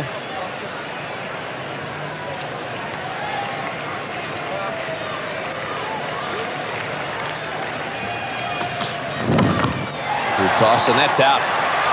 So another wicket falls with the score on 236. So Australia now 8 down. Jadeja again taking the catch. Much easier catch that one, but these are vital wickets for India. Australia, like, been 250 plus when Jones was on fire. They picked up Jones for 90, now Border and McDermott depart, and India doing well in the final overs. It's so important. They'll be chasing about 240 odd, and they're with a real chance here at the Gabba. McDermott out, 8 for 236.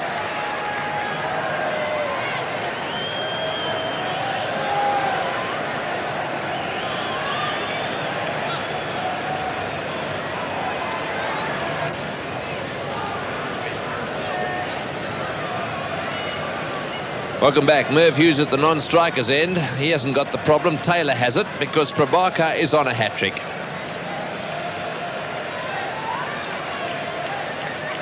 So, will he get this hat-trick? Let's have a look at this. Yep, come on. It's well bowled. A come on there from Taylor. Merv Hughes looking for the second, but deciding that it'll be a bit risky. For Australia, they are 8 for 237. Big Merv taking guard. He'll be looking for a big 6 here. 4 balls remaining.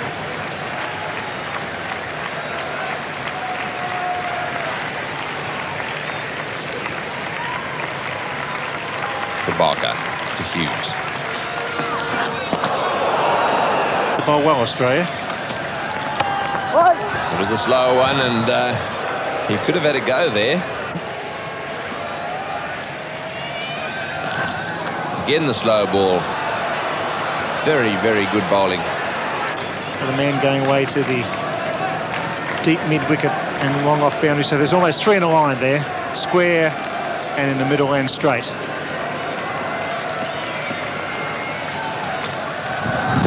Always missed that one as well. Another slow ball. Hit the stumps too, so that's a run out. So Taylor out, run out. The end of the Australian innings, 9 for 237.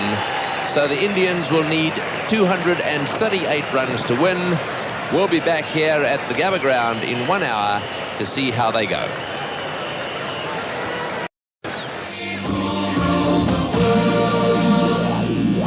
Brisbane. So let's go now live to Brisbane for the Indian.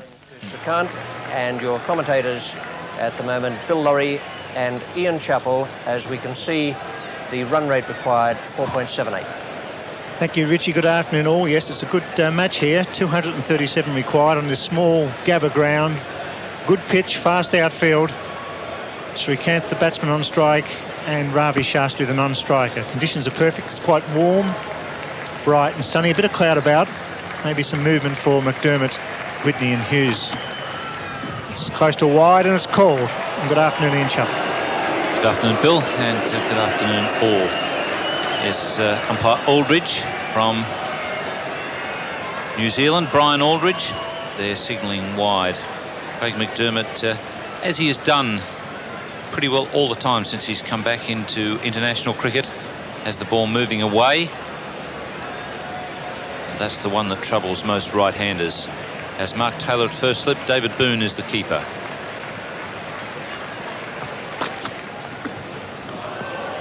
And with the breeze coming across his shoulder. There's the angled bat by Chris Shrikant. He does that a lot, doesn't offer the full face.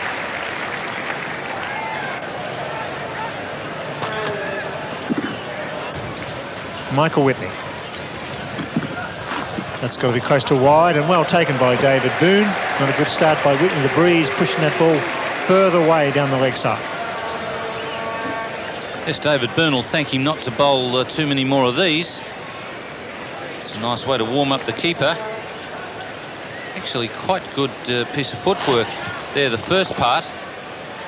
But Whitney had sent him so wide that David Boone really had to scramble to get there.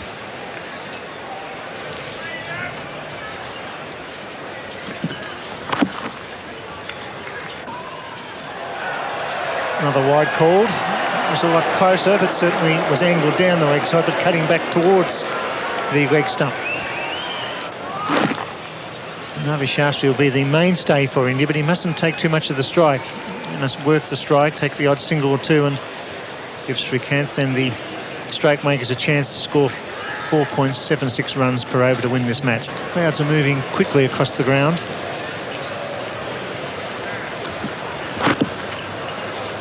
Oh, hesitation once again as Jones comes in from backward square leg. There might be a boundary there. It's a good shot. Strong onside field, but that beats mid-off. 2 to Ravi Shastri. He's an experienced cricketer, Ravi Shastri, and he's very calm when the pressure's on. 59.5 and 145 matches played. 4 centuries. That's what's needed today for India. A big 100 at the top order.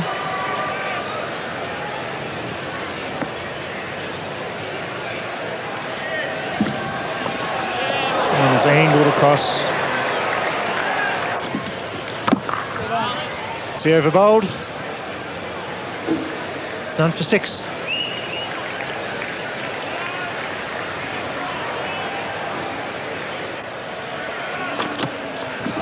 McDermott with a good line there, just outside the line of the off stump. Srikanth not prepared to cut or trying to hit off the back foot, and the speed end. Marsh cleans up in the gully. High one for 6 over third man. That was a face again. He really, if he's going to go there, Srikanth, he should go after him. This is 15 overs while the field is up. It's well bowled. Craig McDermott having a great season. The main striker for the Australian 11 and much improved cricketer. He's only 26. He seems to be around for years and years. He's taken 126 wickets at a very good average of 24.78. Economy rate is 70. He'd like to get that a little bit lower, but still he was quite expensive early on in his career. Each match he's getting better and better. Well played.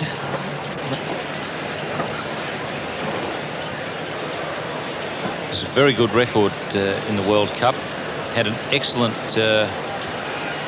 cup campaign in India and Pakistan when Australia won the championship. His best figures reflecting that there, the 5 for 44. He's taken 20 wickets in all.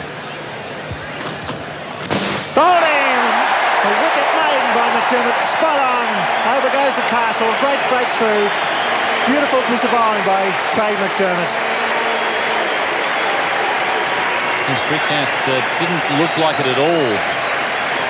And McDermott bowled a beautiful over to him. Maintained a terrific line around off stump and then eventually hit off stump. And Srikanth missed that by a mile. He was playing down leg stump and it hit off stump. So India losing their first wicket with just 6 on the board. Opening up the face of the bat. And really, that was a pretty poor shot. Playing down leg stump and it hit off. Yes, Chris Srikanth there putting his hand to his eyes, and well he might.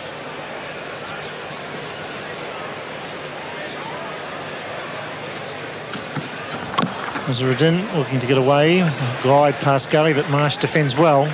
Nice shot, but well fiedled by Steve Waugh at cover point. Gordon. Oops, sent back by Ravi Shastri, and rightly so on that occasion because Steve Waugh was in quickly, wasn't all that deep. Azharuddin will lift the running between the wickets. He's a good runner. And when in form, a magnificent batsman.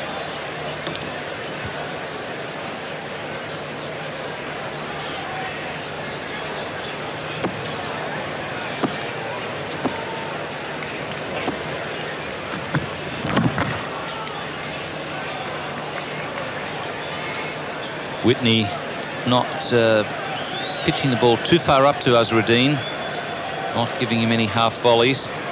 Probably try and keep away from pitching the ball right up for a little while, and then just every now and again throw one up there, trying to entice him to drive. Especially it'll be the ball angled across the right-hander when he does pitch it up.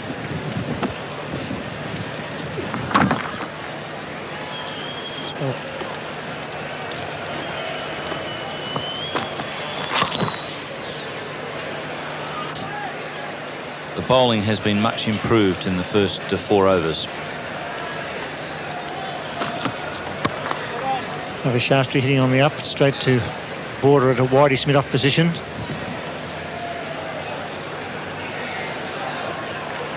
McDermott's wicket has encouraged Border to bring in another catcher, that's Stephen Moore. So we have the slip now, first slip, third slip, or maybe a fourth slip and a squarish gully.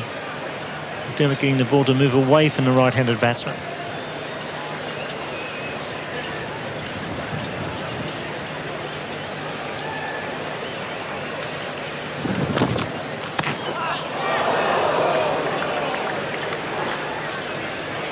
Really has been a terrific spell so far from McDermott. His line has been brilliant, right on off stump. Just enough outswing to keep the batsman honest, and occasionally a little bit of bounce there as this one caught Ravi Shastri on the pad.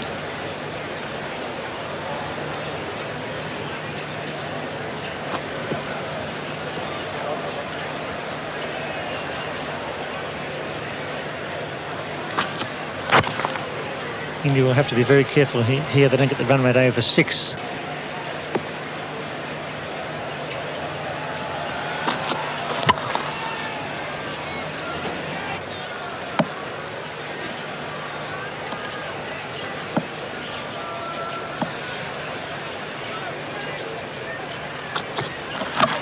It's a better shot, well placed.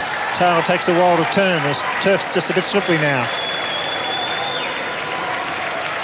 2 more to Ravi Shastri, who refuses to run flat out. He's probably carrying that injury, running within himself. Yes, he's not a great runner between wickets, and that creates another problem for India because Azharuddin is very quick. Azharuddin was looking for the third, but Shastri was struggling to get back for the second.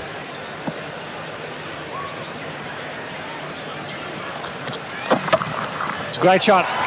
It should go all the way, beautifully played, a bit of width there from Whitney. Perfect square cut. And suddenly where Whitney's line had been so good, first ball of the over he was on to leg stump to Azharuddin, and that's not a good idea because he's such a strong player on the onside.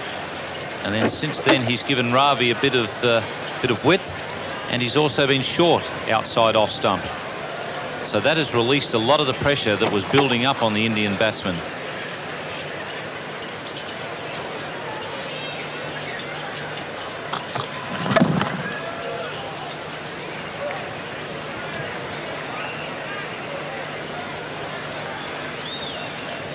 Run rate required 5 per over. That's probably the key. That's very difficult over 44 overs, but they stay around about 5 on this ground. It's certainly reachable if they bat well.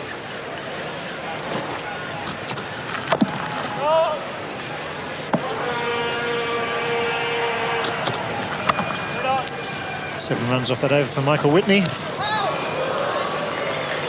It's 1 for 16. For 16 after 6. India closing that comparison there. It's 1 for 21. Australia, who's scored 237 for 9 after 50 overs.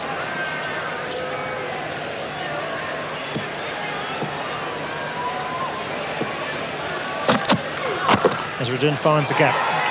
Single down to Moody at third man.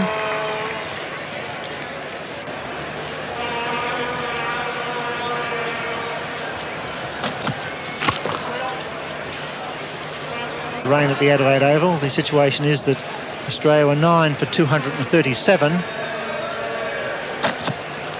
After 50 overs, Dean Jones, a magnificent 90, the top scorer, and in reply, India are 1 for 17.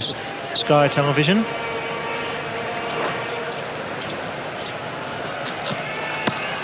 It's another good over from McDermott, just the 1 run conceded. It's 1 for 17. I'm sure that's one of the reasons why he's pushed himself up to number 3, to keep things ticking over.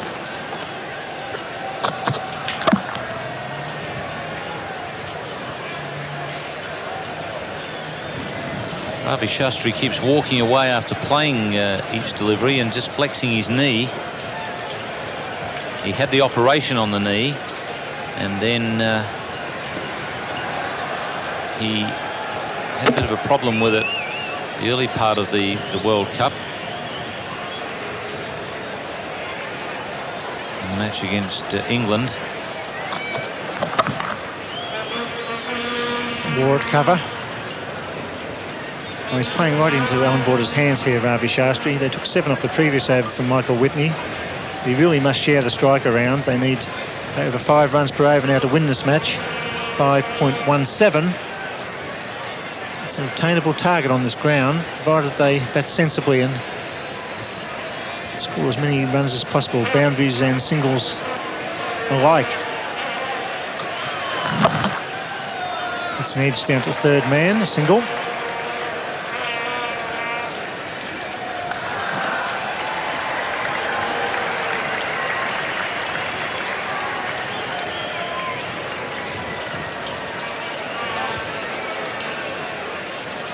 Still not happy with that knee. As I say, he missed the second game because he wanted to rest the knee, although there wasn't much played up in Mackay.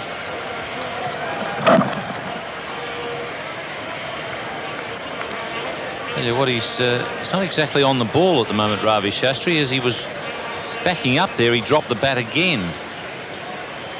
That would have been interesting if Azharuddin had played that away and they were looking for runs.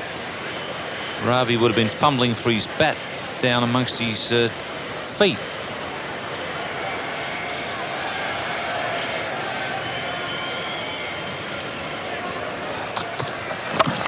It's a nice shot, but well fielded cover. 2 runs off the over. It's 1 for 19.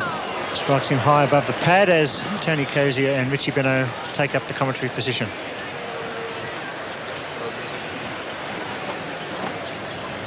Ball cutting back from Craig McDermott. And through the defensives of Ravi Shastri. Beginning to sprinkle here at the Gabba. Up go the umbrellas and some of the crowd looking for shelter. So we could have a break in the play here. I would suggest that we will in a short time. In the air, but between gully and the backward point. They come back for 3 or should. And in fact, that's very poor running by the Indians. 3 runs should have been there. Third man had a long way to go to his right. But it's not been a feature of the Indians' cricket during their season in Australia. Just 2 when really there should have been 3. Went away off pretty much off the middle of the bat. I'm not quite sure what the 2 batsmen are on about. Now, Ravi Shastri wants to talk to the umpire.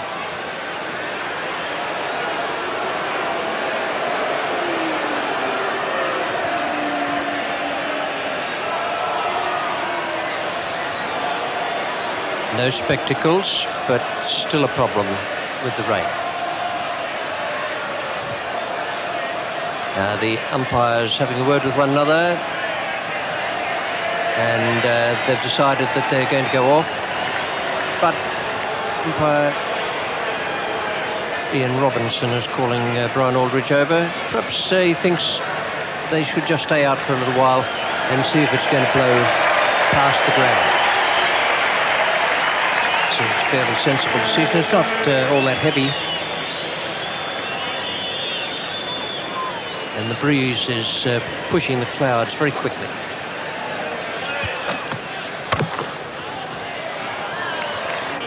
But it did clear quite quickly.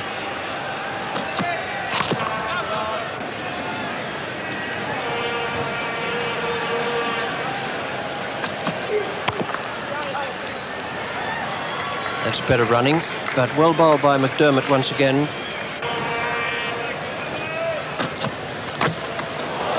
Let it go away for 4. Moon had no chance of getting there, desperate effort. But off the bat and running very quickly for a boundary to fine leg. 7 runs off the over, 1-4-26. In Melbourne, the Shield National is Queensland.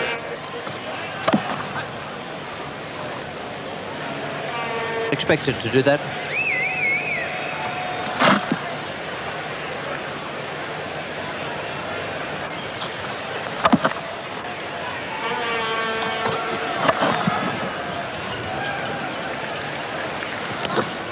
That's a bit slack with the running between the wickets there. That was cross on to what was Taylor's wrong hand. That's Peter Taylor.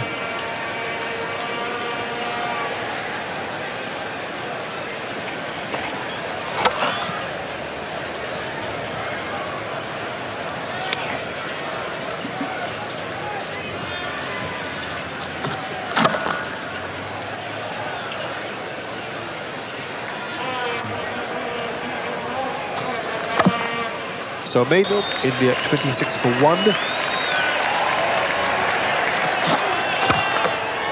Oh, glorious shot. That's a magnificent shot to greet Merv Hughes from Mohammad Azharuddin. Didn't waste any time. Mohammad Azharuddin might have reckoned that was going to be a loosener. And he really gave it something.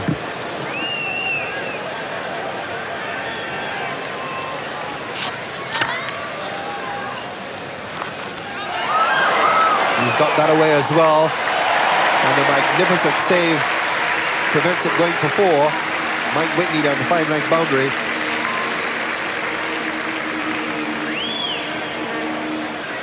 That went off the bat at a terrific rate. Good effort from Whitney. It skidded a little as well.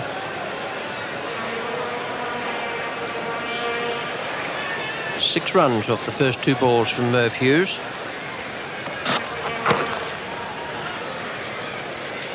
Well, he hasn't played a one-day international since the last of the series in the West Indies last year. That was at the Border Ground in Georgetown, Guyana, match which Australia won to finish the series 4-1. So it's been a long time away for Merv Hughes.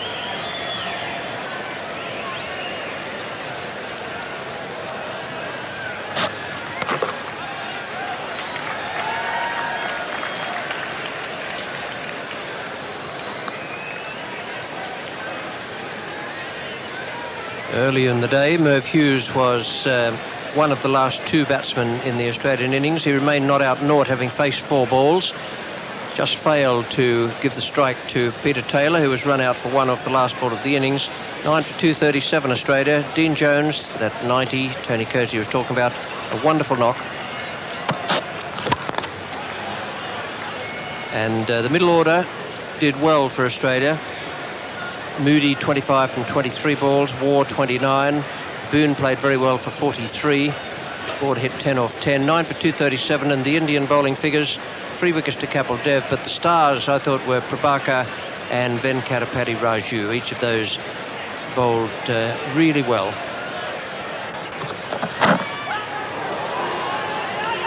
A run out here, and all sorts of problems. The ball eluding Whitney, and the clearest of runouts being missed by Australia. Alan Border can't believe it. I'm surprised. Can hardly believe it up here. Terrible running between the wickets. Nice pick up and throw by Marsh. Ball bouncing to Whitney. He was trying to, and even then, extra fumbles. It's worth having a look at that just to see how much bad cricket you can pack into one little incident. First of all, the ball has flown away just behind point. There's Marsh coming around. Now the throw is good, it's on the bounce. Whitney not only fails to gather it, but as it falls to the ground, he goes and casually steps over the stumps.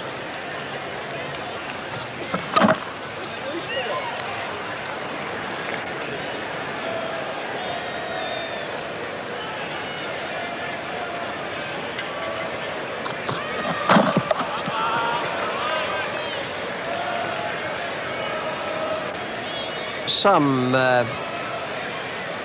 equal to the one just missed, but not many of them. 7 for the New Zealanders and 6 for England.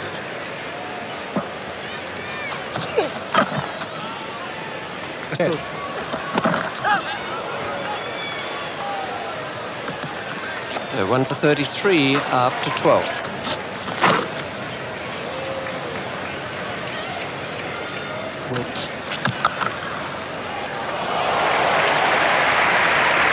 Well fielded. Steve Waugh and Jeff Marsh, the 2 men out in the cover pointers there. That run out you were talking about, Tony, yesterday with Adrian Caper. With apologies to all concerned.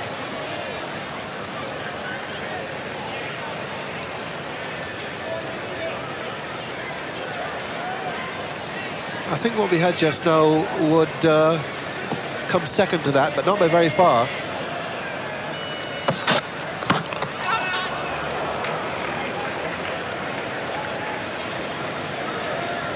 Not to forget that the shambles you just saw all started from a no ball.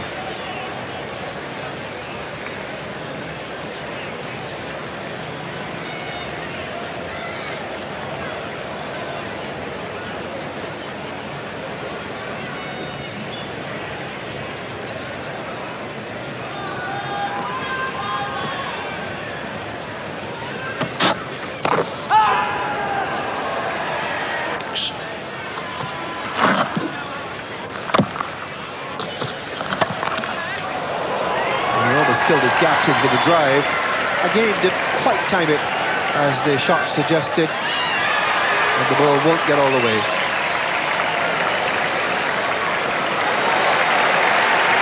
Peter Taylor and Tom Moody, the 2 fielders.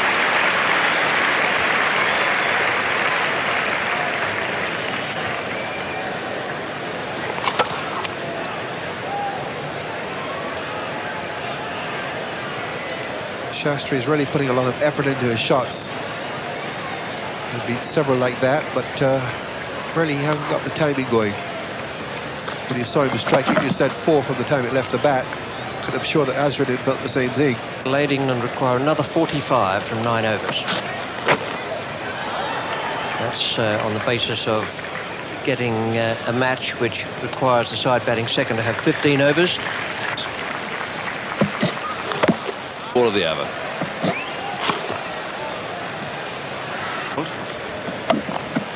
His eye on the ball, and though he slid past, managed to get a hand on the ball to retrieve the situation.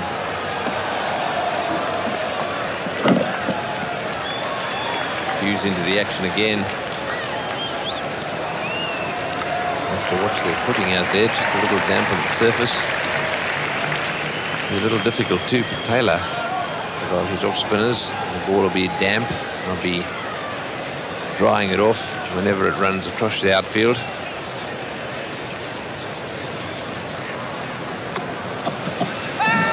It's gone straight over the middle and leg. Of course, there are mixed blessings here when the ground gets wet. The balls, they're going to get wet, going to make life harder for the bowlers. Good shot. He's really going for it now. And 4 runs off that first over from Moody, and the score 1 for 50.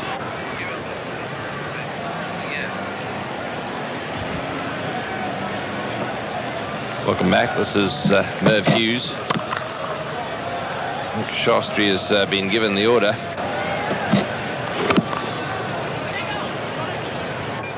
And the winner will receive a fantastic prize. Quality.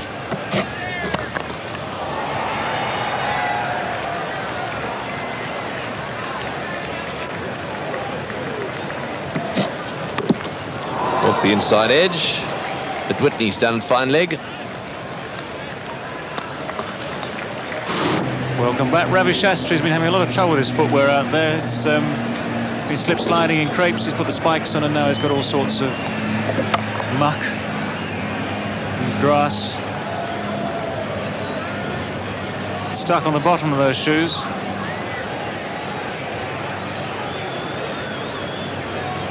course, one thing you do need to do as a batsman in one-day cricket is keep your feet. It helps when you're making your strokes, and it helps, of course, very much in the running.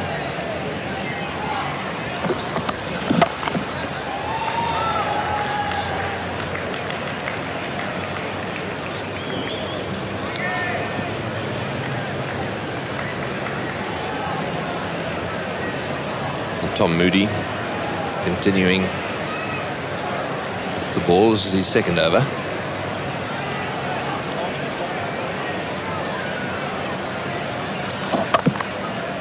Today he hasn't found his timing. Well, that's straight up in the air. This will be out.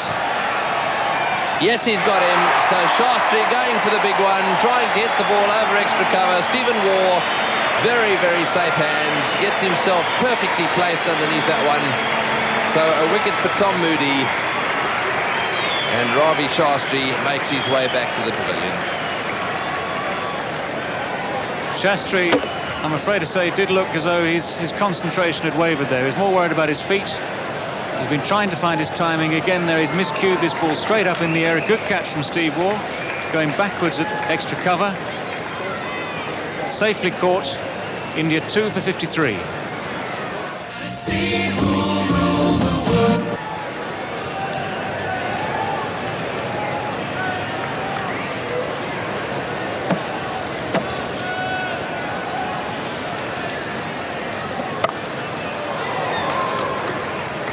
So Moody continuing. That went off the outside edge. Mohammad Azharuddin getting it away. So the new batsman is out there now. Sachin Tendulkar.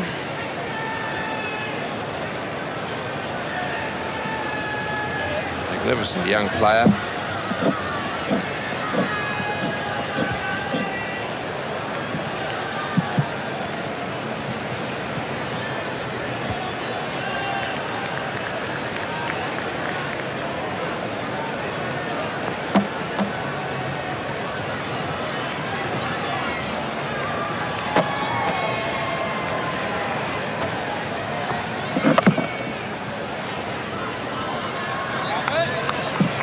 That's the end of a successful over from Tom Moody. Australia well on top. Bit of bat in that one.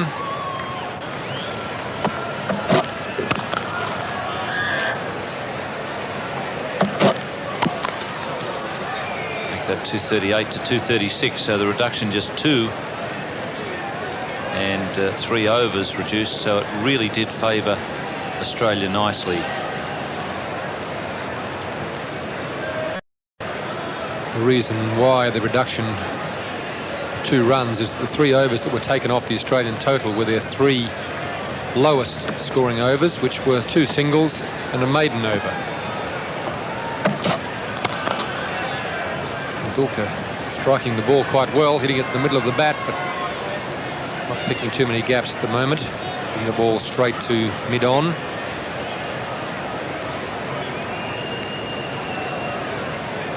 Yes, Ravi Shastri faced a lot of balls without doing much. He was waving the wand around, trying to belt the ball hard, but mostly he mistimed it and usually straight to fieldsman.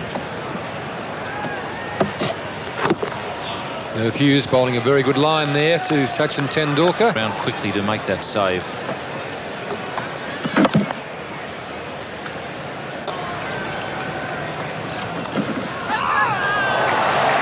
Nice bit of work there by the standing wicketkeeper. Almost allowed himself a smile there. Just a slight deflection, and it was off the bat. David Boon getting it right in the webbing.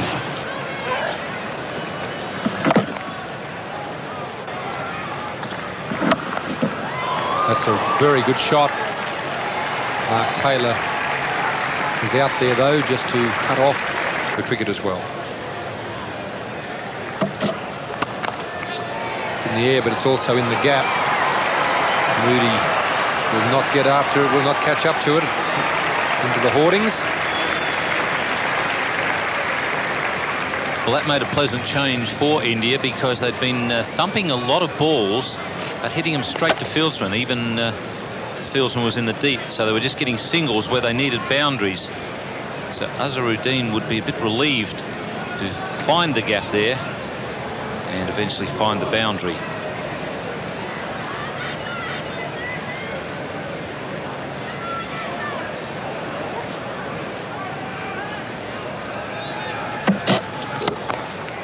It's also found the gap. Craig McDermott moving around from mid-on. There'll only be 2 runs. Outfield quite a bit slower now after the rain. McDermott moving a bit gingerly there too. I don't know whether he's a little bit worried about the outfield being slippery. That run rate certainly needs some picking up for India. There's is the white line.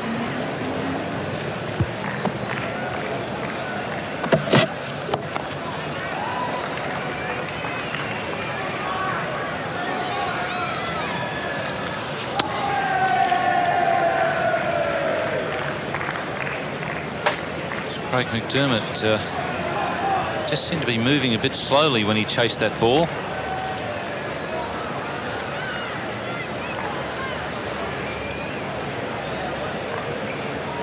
Not sure whether he's got a bit of a knee problem.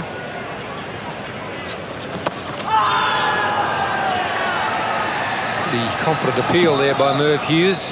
May have hit Tendulkar outside the line of off stump. He's given it runs, so Sachin Tendulkar just having a look at his bat there. Merv couldn't believe that was the case.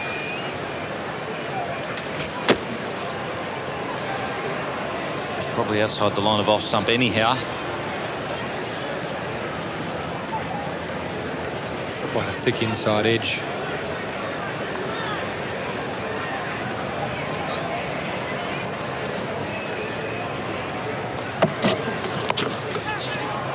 Pretty good over for India here. It's 4 more runs, so the most expensive over of the innings. 12 runs coming from Merv Hughes, 7th over. India 2 for 70. And that is 4 more. And that's a very good demonstration of why this young man is considered one of the most promising young batsmen in world cricket. Yes, he got the placement as well as the power on that occasion. Really thumped the ball, but you remember in the last over from Tom Moody that he whacked one straight to Mark Taylor at backward square leg. Mess around going to backward square leg on this occasion, straight over mid-wicket.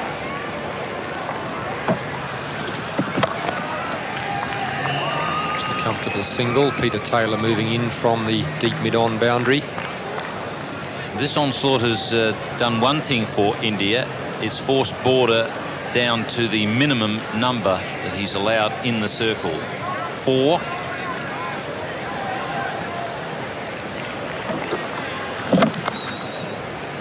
That means that there are plenty of easy singles. So if India can get a boundary and then pick up a couple of singles, then it gives them a much better chance of keeping up that 6 per over. Particularly there you'll see the open spaces on the onside. You've got to pick Border out to not get a single.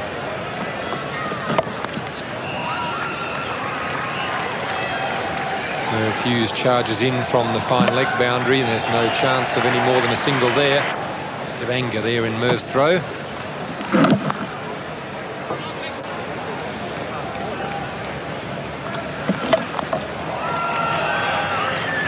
Runs coming from Tom Moody's over. That's around about the target required. India 2 for 77. India on 77. 2 wickets down. Steve Waugh, very successful bowler in limited over cricket. Very useful in these middle overs when the opposition are looking to score runs quickly. Has a great ability to pick up wickets.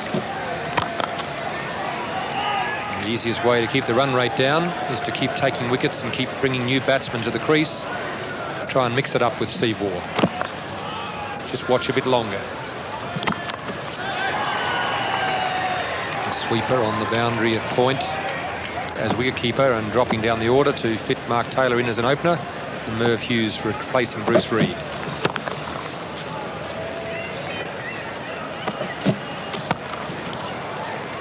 Just a little one-day dab.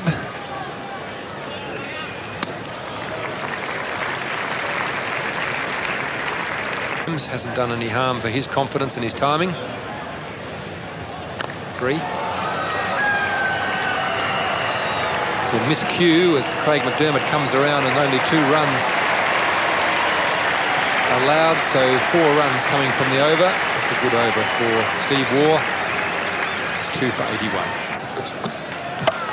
It's in the air and it's 4 runs. It's a good bit of timing and a very good bit of placement. Mohammad Azharuddin getting in the act. Sachin Tendulkar pulling the 4 through that area in the last over, this time the flick over square leg. Doubt that you'd get 2 better timers at the crease at the same time than these two. Tendulkar has hit a couple of lovely shots into that area, timed beautifully, and on that occasion that was just a flick of the wrists there from Azharuddin, but it carried almost to the boundary rope. Taylor has been moved a little squarer. Just a single there to Azharuddin. Yes, the sawdust you can see there on the wicket being put there so that the bowlers who are running off the wet grass, getting the bottom of their boots wet, don't slip. Been placed at both ends just to give them a little bit more traction. You can see it there through stump vision. It's in the air and he's gone. Steve Waugh, no trouble with those. Stephen Waugh, very safe pair of hands. Sachin Tendulkar going the slash, trying to hit it over cover. He got it just above head height for Steve Waugh. 2 hands went up, no doubt. Well, Tom Moody has got a couple of breakthroughs. Tendulkar trying to hit inside out there and go over the top of cover. Only succeeded in going straight to Steve Waugh. And the 3rd Indian wicket is now down with 86 on the board.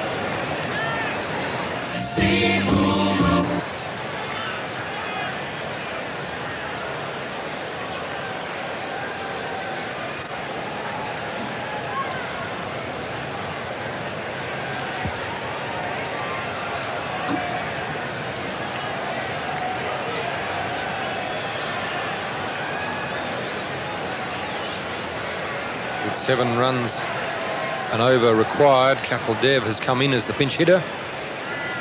Try and lift the run rate. The field reasonably well spread, but 4 still in the circle, so there's some gaps out there. Kapil Dev's a very good striker, but his form with the bat this summer has been very ordinary. He'll need a marked improvement in his form to be able to lift India today.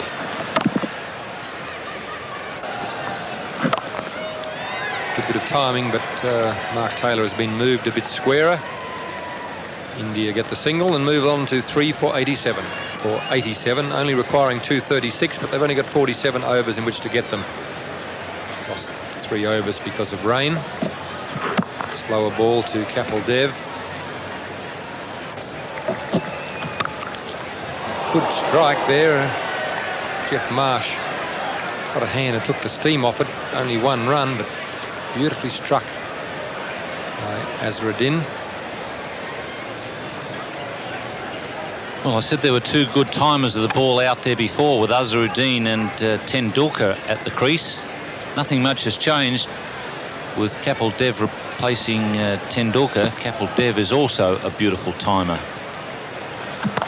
In the air, it's also in the gap. Mark Taylor very quick off the boundary. Keeps them down to a single, but 3 singles from 3 balls so far. It's the sort of rate that India needs. They don't need to take too many risks if they can keep picking up 6 and over in singles. 3 wickets in hand for a later assault. It's very hard to slog for 20-odd overs and get away with it. And the run rate creeping up.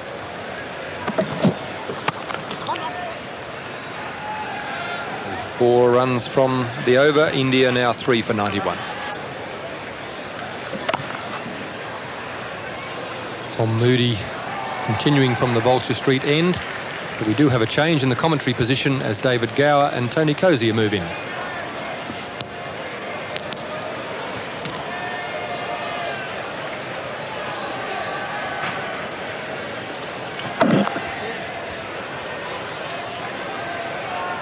their most famous one-day performance in the 1983 World Cup final when they beat the West Indies. They didn't have as many runs to make on that famous day.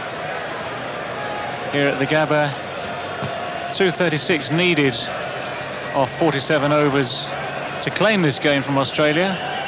And lots of hard work still needed by the Indians if they're going to get close to that.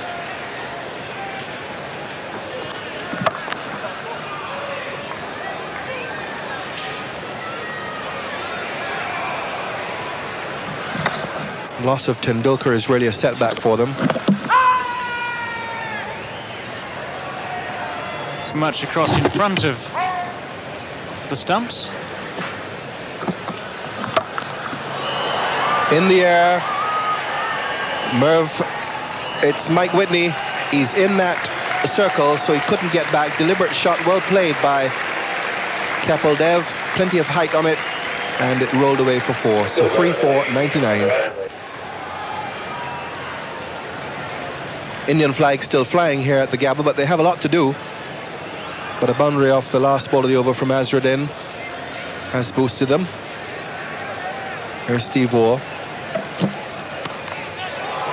Sliced just wide of the gully fielder.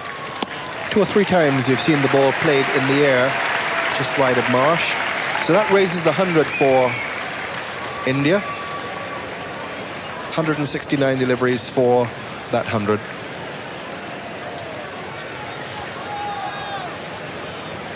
Two good strikers of a cricket ball there, Kapil Dev and Mohammad Azharuddin. They're going to need to combine good striking with good running, keep that scoreboard ticking over. Just taking the 1 point in the match at Mackay.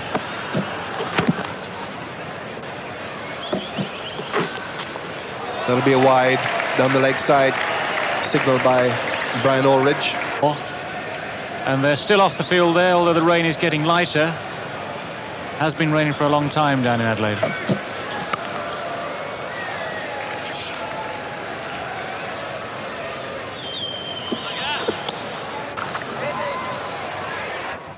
The number of overs have been reduced, and that's 4 runs, and the comparison certainly with a few more blows like that will get a lot closer.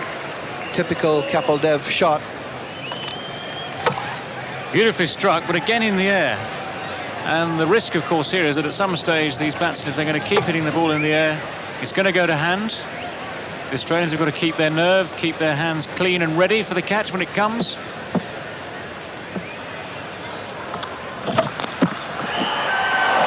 Just wide of him. Well, they're teasing the Australians here. After that 4 from Kapil Dev, which sailed past mid-off, Mike Whitney was sent back from mid-off to long-off, and Peter Taylor was brought in from long-on to mid-on. Well, what's in Kapil's favour here is he's hitting the ball very hard, and Peter Taylor was the man at mid-on there. Diving, hands outstretched, not far enough to get a hand on the ball. And he's now being pushed back as well to long on to counter this attack.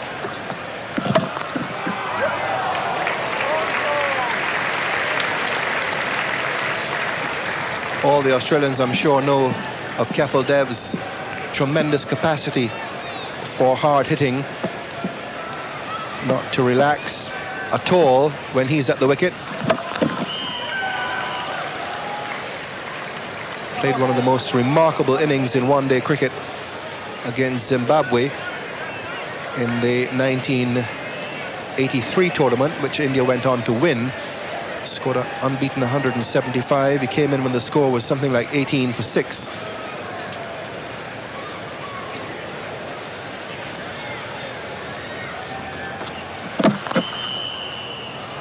Brilliant save.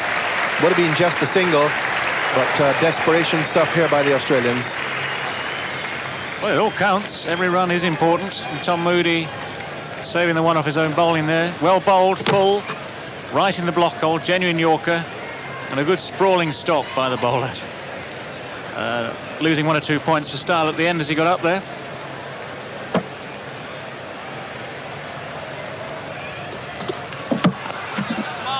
Again, well bowled.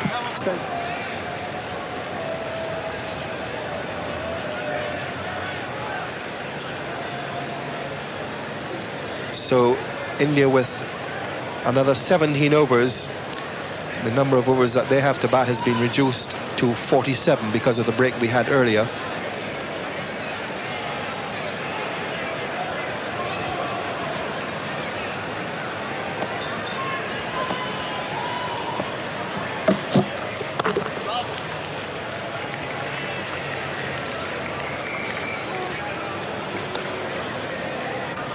Number of overs are reduced. The target is also reduced by doing away with the overs, the best overs of the bowling team, so that Australia lost the overs, 2 of them which were maidens and one which had just the 1 run scored off it. So just a single was reduced from the Indian target, even though 3 overs were lopped off. Some applause here from the Gabba crowd for some athletic taking of the return there by Australia's standing keeper David Boone. On an average scoring rate.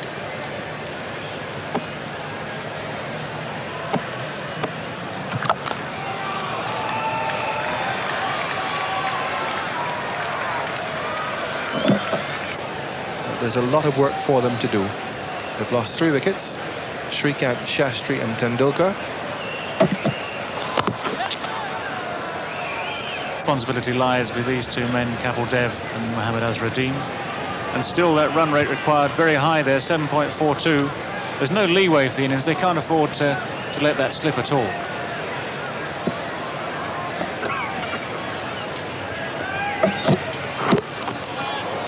Not troubling the score as much today.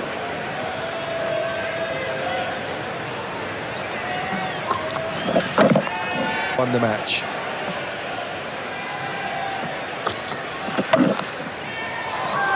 It's well timed. He really is a very sweet timer of the ball, Azharuddin. Worked it neatly off the legs for 2. And more appropriately for this stage of the innings, there was not a single instance on that database of a team which required 7 or more runs and over the last 20 going on to win the match. So the record very much in favour of Australia taking out this one. But you're still putting money on India, Tony, or not? Over the top and well struck down the ground for 4, just short of the boundary again. Azharuddin timing the ball magnificently. And if he continues to bat like that, perhaps I will put a bit of money on India. Well, still taking the risks here, Mohammad Azharuddin. There's a man out there at long off, Mike Whitney, but he's still lofted the ball, but he's hit it hard enough and wide enough for the fielder to claim his 4 runs. It's gone on to 60.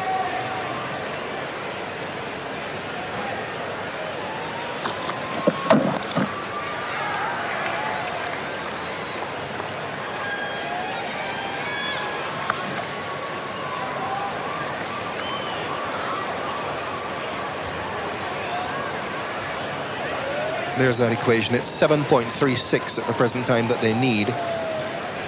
92 deliveries remaining.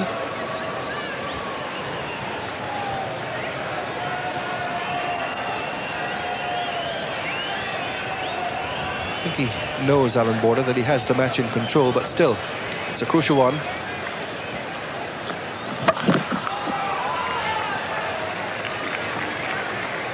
We'll need to look at the gaps, look for the 4s, try and keep control of this required run rate.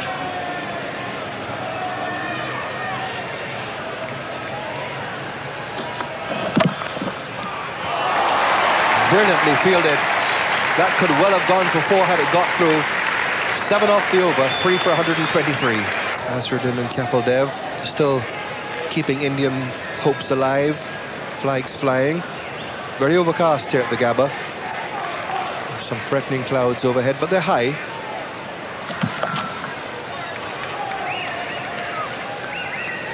I know a lot of rude things said about the English summer, but there have been 3 World Cup competitions, the first 3 held in England, and only 1 match in those 3 was ever lost entirely to the weather.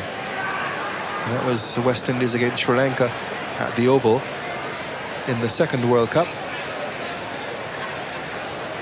in 1975.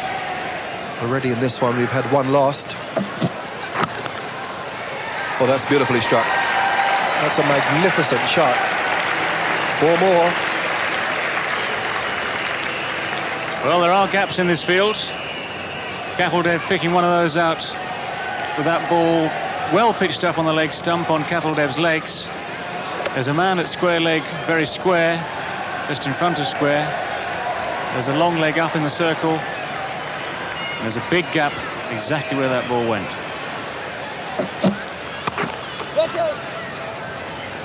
The weather. Here we do have a guaranteed result. He's given him leg before. Kapildev looking to pull through the onside. Umpire Aldridge pulls up the finger. Kapildev is not amused, but he has to go leg before. Steve Waugh strikes, and an important wicket for Australia. Vital blow struck by Steve Waugh there. Kapildev possibly wondering about the height. A short ball from Steve Waugh. Certainly straight enough. And in fact, it's only hit him just on the roll of the knee pad there. Probably means it was going to hit. Probably means that Brian Aldridge's decision absolutely correct. And India now 4 for 128. Matches had a disappointing series in Australia early this season, both in the Test and the One Day Internationals. Left out because it was felt that he was too slow, but he is a very good young player. Whether he's a hard hitter of the ball, we'll soon know.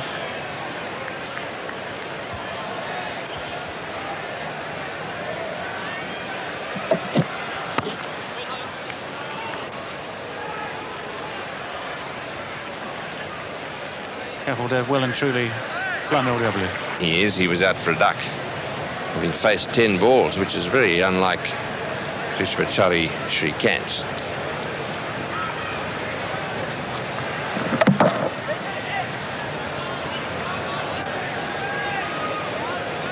Tendulkar then came out to the crease and played 1 or 2 magnificent shots. One in particular, beautiful pull shot. He was out for 11.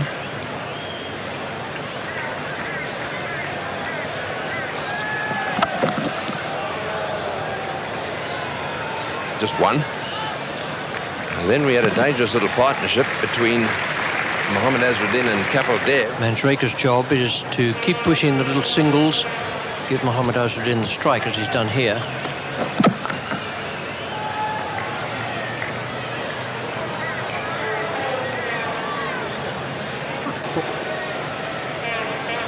So there's the comparison after 36 overs. Right off the meat of the bat.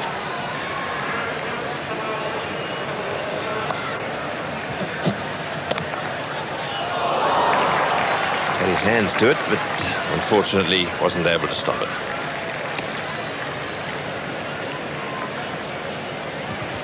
Three balls remaining.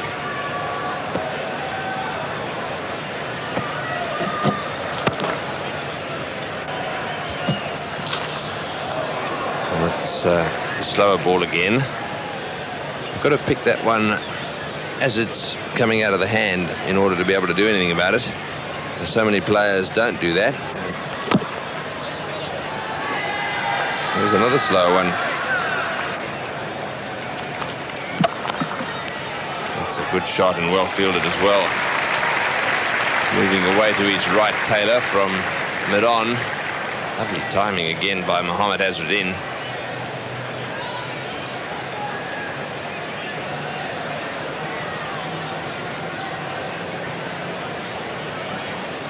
Those are the figures.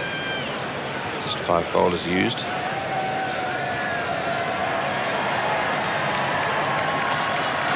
Ready. Just get your bat on it or your pad and let me have the strike. He's done it on this occasion, so Mohammad Azharuddin now has the strike. He also knows what he's got to do. Lots and lots of respect. Having a look in the direction of deep mid-on, and that's exactly where he's hit it. Beautiful shot by Mohammad Azharuddin. He had a little glance down there and then whack straight over the top of Taylor. You won't see many better shots than this. Beautifully timed. Not trying to hit the ball too hard, and bounced about 20-odd meters from the fence.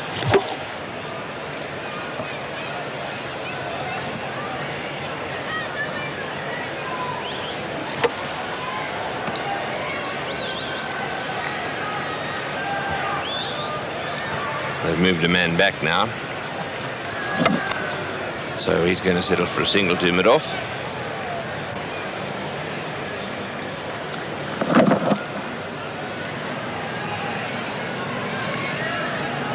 Just one.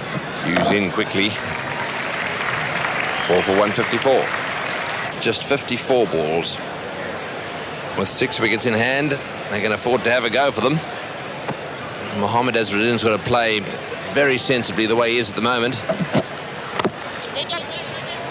But Tendulkar really does need to chip it over the infield a bit. And they'll get him one. It'll be very interesting to see now whether or not Mohammad Azharuddin picks the slower ball bowled by Waugh, because he's bound to get 1 or 2.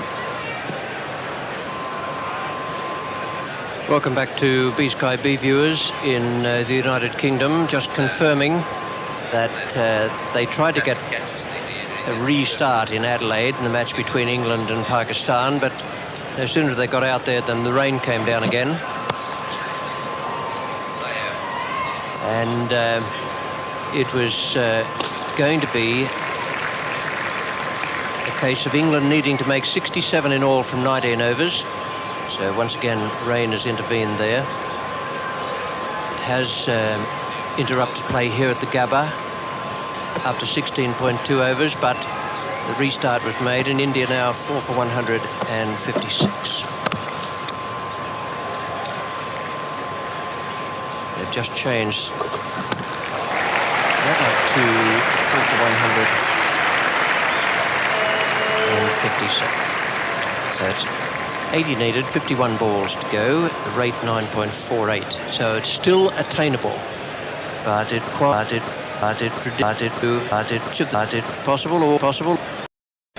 Manshray could give him as much as he possibly can. Into to keep chipping them into the gaps.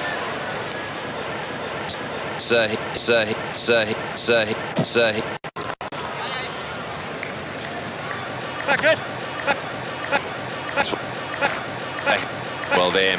6 runs off the over, 4 for 160. Better than what he did fastest century cricket.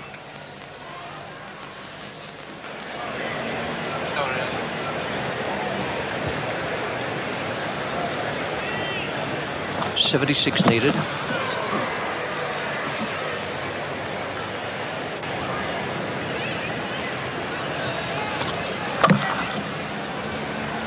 Into the gap. Dean Jones on the boundary. Nice throw to Boone, so just another single.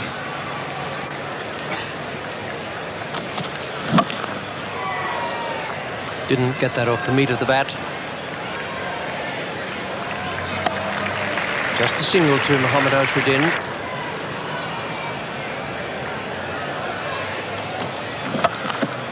He's got that one away beautifully. One bounce and onto the dog track, not quite, hit the rail and came back down. Lovely timing. Way over the top of the mid-off fieldsman's head. Now he'll stay back, mid-on fieldsman, he'll stay back on the boundary, and so Merv Hughes will have to come into the circle. Lovely timing there, a few more of those, and India will be in with a chance. Whitney now has to be careful that he doesn't bowl it around about leg stump so that the batsman has an opportunity to leg glide, because if he does that, it's 4 as well. It's what he was trying to do. You could see him moving across there, back to the second. Another 2 to the total. Parker and Kiran Moray to come, and Srinath and Venkatapati Raju.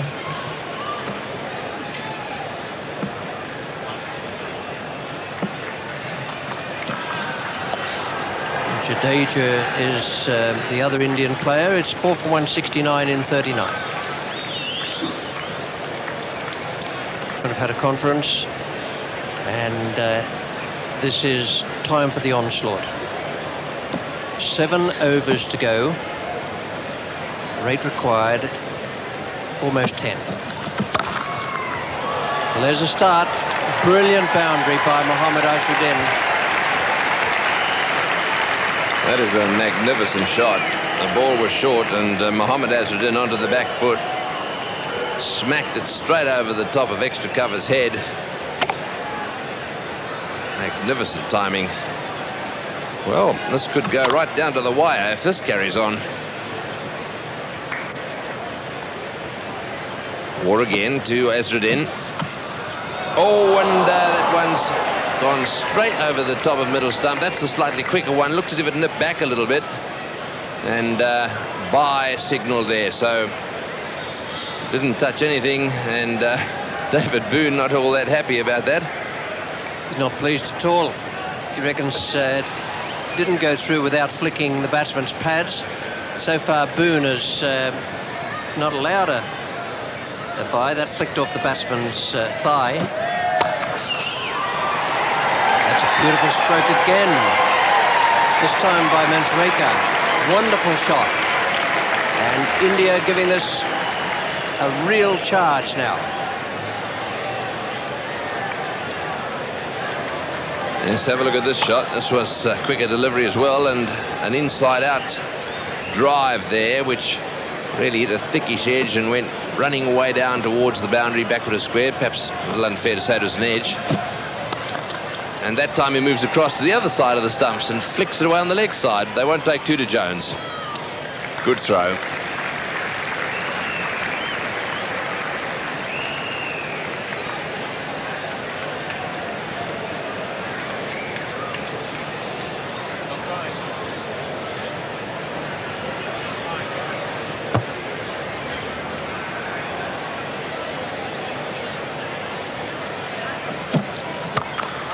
He's hit that one in the air. This may be out. There goes Merv Hughes out of his reach and into the boundary. It was an inside-out shot going away from Merv Hughes. Ended up bouncing once into the boundary fence down there. So another 4 to Mohammad Azharuddin. 14 runs off this over so far. It's a wonderful over for India. Great strokes from both Manjrekar and Mohammad Azharuddin.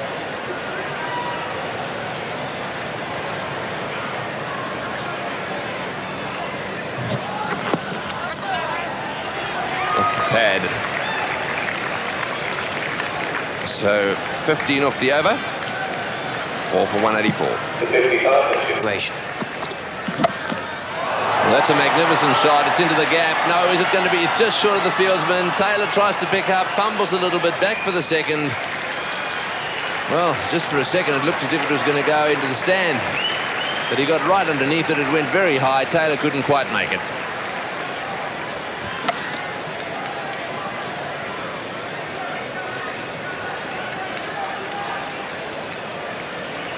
Merv Hughes and Mohammad Azharuddin taken straight. He's flayed that one on the offside, but Jones is very safe out there. Well, there's one thing that Merv Hughes knows, and that is that whatever happens, these two are going to be going for him. Now, the question is, what field are they going to set for Manjrekar? The real gap is, I suppose, over the top of extra cover, or perhaps over the top of mid-wicket. That area is also uncovered. What a good shot that was.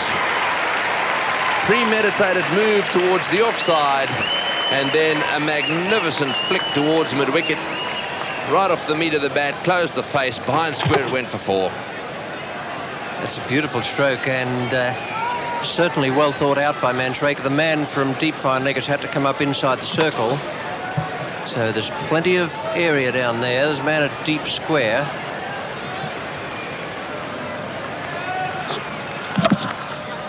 That's the little leggy.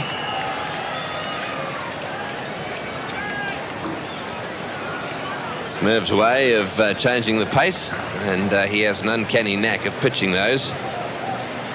Well, that's the story. The gap is closing ball by ball. Be a wonderful effort by India if they get up.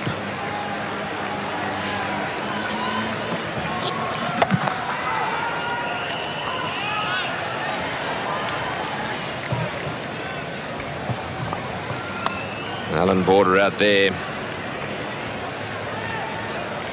will be very, very tense indeed. Lost 2 they have so far, having played 2. This is their 3rd match. No one would have believed that Australia would have lost 3 in a row at the start of this World Cup. Moody, the fieldsman. 10 runs from that over, all for 194. And final over. That's just wide to Border. He'll throw at the stumps. He's struggling. He's out. Yes, Border does it. A magnificent throw. Mohammad Azharuddin on 93, struggling to make his ground, and Border from side on does it again. Well, what an important piece of fielding this could turn out to be. Balls were disappearing, all right. They were disappearing all around the ground. And on this occasion, Mandraker has hit it to the right of Alan Border, a natural left-hander. He's had to move around the ball, pick it up from side on, and as he's so often done, steadies, fires, and bang, there it is, and on your way, Mohammad Azharuddin. A magnificent innings from him, 93 runs, deserved a century, but India now just slipping back. New batsman to come in, they're under a great deal of pressure. Jadeja, the new batsman, 5 for 194, 236 is the target. It's only off 47 overs, the 236 runs required for victory. They're within striking touch off that target. He's off the mark. Mandraker a little bit slow at the box as well. No panic by the Australians, but just 1 or 2 throws going wide. The crowd on the edge of their seats here at the Gabba. Be a great win if they win it, India. It'll need some good hits from somebody. Mandraker is the man in form. Nerves are on edge all round the ground. Plenty of interest, keeping everyone stuck to their seat.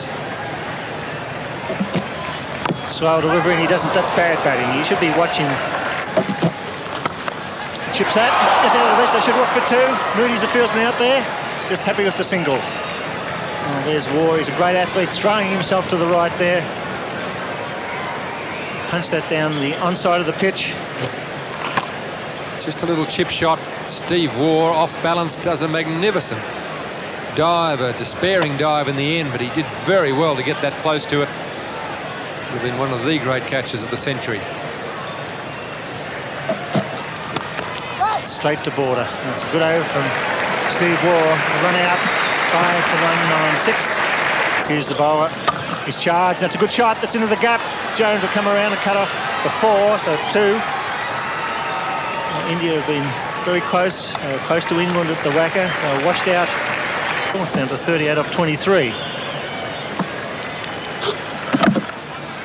It's a good placement, but just the single. Marsh does the fielding.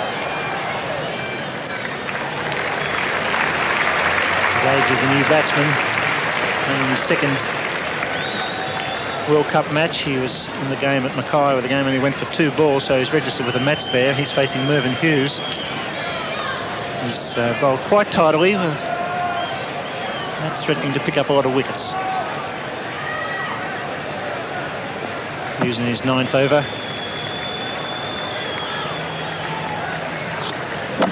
Ducked him over. So that's another wicket down. India now struggling in the final overs. A big effort here at the Gabba. A new player failing to get bat on ball.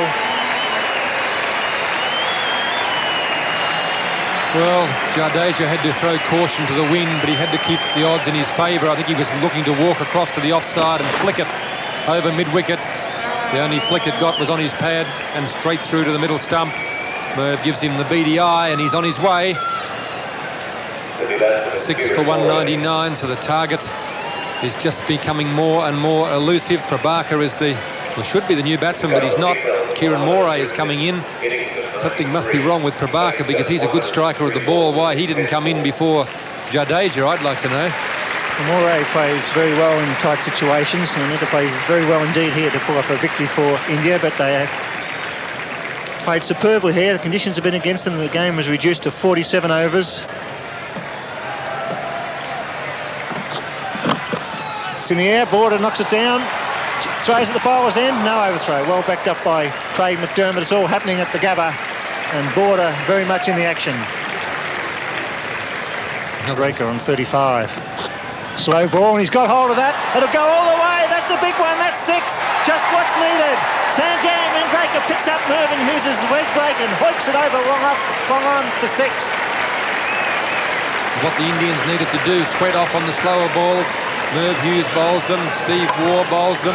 There's the leg spinner. Good night, Mr. Spalding. Well, that's what's needed. There he goes, and in comes Hughes again. Full toss, and he gets it for 4! Beautiful cricket, Sanjay Mandraker gets the full toss, whips it away for 4. 6 for 210. Whoa, what an over. 14 off the over, 6 for 210. Well, Mandraker flying the flag for India, and why not in the family tradition, huh? Certainly, I think he's a very, very good batsman, and I particularly am very fond of him because he's technically so good. But there's that shot, not exactly what you would find in the coaching books, but very effective, picking the slower one from Merv Hughes and depositing it over the fence, and then followed by that leg glance.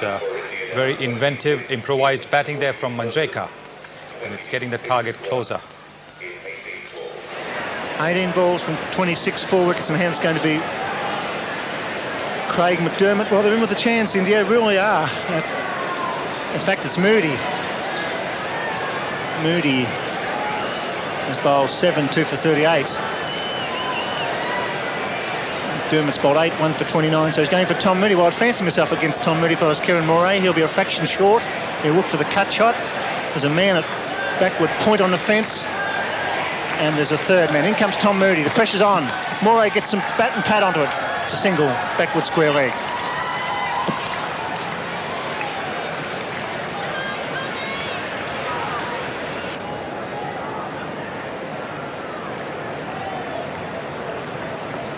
Mandraker on strike. He's hit it down to Border at mid-on. Didn't quite get hold of that, or mid-wicket, coming around from a squarish mid-wicket position, but they can score a runner ball and in a couple of boundaries. Kieran Moray is a good little hitter of the ball. Sanjay Mandraker's risen to the occasion for India here at the Gabba. Interesting move by Alan Border to bring Tom Moody back in.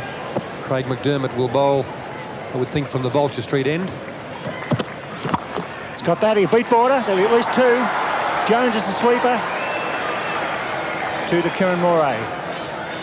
Well, they can get 2 of the ball, and they'll get very, very close here at the Gabba. India would be in pretty good position from there. Tom Moody. Oh, it's top edge. In comes McDermott. He won't get it. Oh, and he falls over at the bowler's end, Kieran Moray. Should have been running like a whippet there. Slipped over. Didn't go for the second run. The pressure showing here at the Gabba. The third man, that's 6 off the over. Coming back for the second. He's got to be out, surely. It's gone. Yes, good throw by McDermott. They have to take it on. Sanjay Mandraker run out by a great throw by Craig McDermott. David Boone had the bails off in a flash, and that could be the end for India. Almost a risk that didn't need to be taken. 6 runs from the over. The last thing they needed was Mandraker to get run out. He's taken Craig McDermott on, and you probably wouldn't find a stronger arm in the Australian side. He's only 35, 40 metres from the bat by the time he's got it. No way in the world he can beat that throw. David Boone does the rest. Ian Robinson signals the out, and Mandraker is gone. India 7 for 216. And 19 runs to win on 2 overs.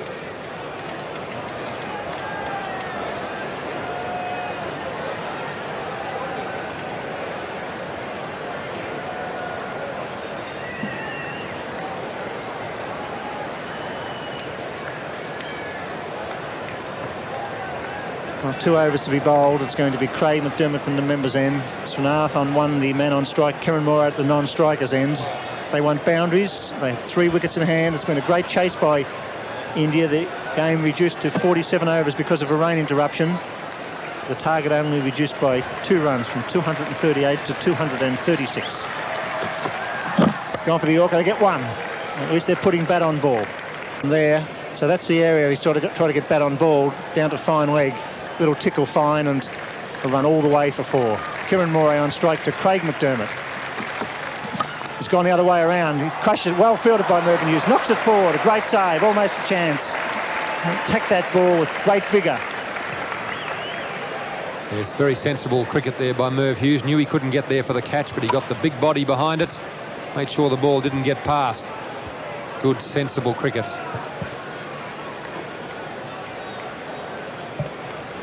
Three men inside the circle on the offside, 1 on the on. There's the ring of 3. They have to go over the top. They want to get 4s in that region. Border keeping the pressure on the offside. There's 1 or 2 gaps on the onside. McDermott comes in. He struck that straight. They look for 2 surely. Kieran Mooray's coming down. Puts the bat down. Here they come. There's the throw from Peter Taylor. It's not all that strong. So 2 to Srinath. Hitting the ball, not off the full face of the bat, into the ground, but picks up 2. 15 off 9. It's going to be very, very close. They can get a boundary off this over from Craig McDermott. He struck it well. They're going to run. He'll get back. Boone's gone back. Oh, Boone doing the right thing, defending the throw. Not looking for the run out. That was good play by David Boone. He didn't panic. He stood back and Ward just lobbed the throw in. 2 balls remaining this over. It's got hold of that. There's a man out there. It's Taylor. They look for 2 surely. And that's good running. 1 ball remaining in this over from Craig McDermott. Will be zotting this one straight at middle stump, right up in the block hole. Suprant will probably give himself some width, go outside the leg stump. Swing and a miss, that's bad cricket. Must put bat on ball. It's the over bowled, 7 for 223. Welcome back to the Gabba. 6 balls to be bowled by Tom Moody. Kieran Moore, the experienced wicketkeeper batsman on strike. They want at least 6 and a couple of boundaries here to win this. Crowd are really on the edge of their seats here at the Gabba. It's been a great match, a great fight back by India. Reduced match to 47 overs. That's 4. Jones coming around, Mike Gaddy's going in a big one. Sam's going to dive. No, 4 runs. Great effort by Dean Jones. So a great start by Kieran Moray. A great effort by Dean Jones. He looked like he may get there in the end. It was a despairing dive, but he covered an enormous amount of ground. Tom Moody's the man under pressure. 9 runs required from 5 balls. Tom Moody's on a hiding to nothing. Yes, and Moray will be looking for where he can deflect or where he can smash it. He's got it away again. This will be 4 more. So this is real chance here for India. Moody bowling the full pitch. Can they do it? Well, it's going to be very, very close to the real chance now. If Kieran Moray can keep his cool and put bat to ball, they'll just about win this. Goodness me, Tom Moody doing the right thing, keeping the ball full, but it's very hard for anyone to bowl without a fine leg. Very, very difficult to bowl without a fine leg. There's a lot of pressure on Tom Moody. Alan Border will have aged about 3 or 4 years in the last couple of balls. A runner ball will tie this for India. Bowling, he's trying to flick it around the corner. That was probably a silly shot there because it was just desperate to put bat on ball. So Moody keeps it straight, Moray out. What a sensational finish here at the Gabba. Tom Moody has done the right thing with all 3 balls. He's kept it full and pretty well in line with the stumps. He's done it again here, and Kieran Moray has taken a huge risk. Mind you, had he laid bat on that, that would have been 4 more. And stump vision has just disappeared from the Vulture Street end. The middle stump has just been shattered, and pretty well, so have India's chances. Tom Moody, Vinod Prabhakar, gets bat on ball. They'll run one here. Moody will throw. The throws. Yes. No. Just get the 1. Wow, it's all happening. Moody fired. The ball went through the border, backing up, but in come War from deep long on and stopped the overthrow. That could have been one with an overthrow there. Great effort by War. Here's the throw. He's missed, and War backed up. Really only had to throw the ball to Peter Taylor there, would have been good enough. Prabhakar, he didn't want any of the pressure. He decided he was off strike. So 2 balls left, 4 runs required. Everybody's on the edge of their seat. 3 to tie, a boundary will win it.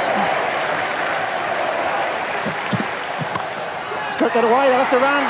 Oh dear, Smart not even running. So they run out, so that's virtually it.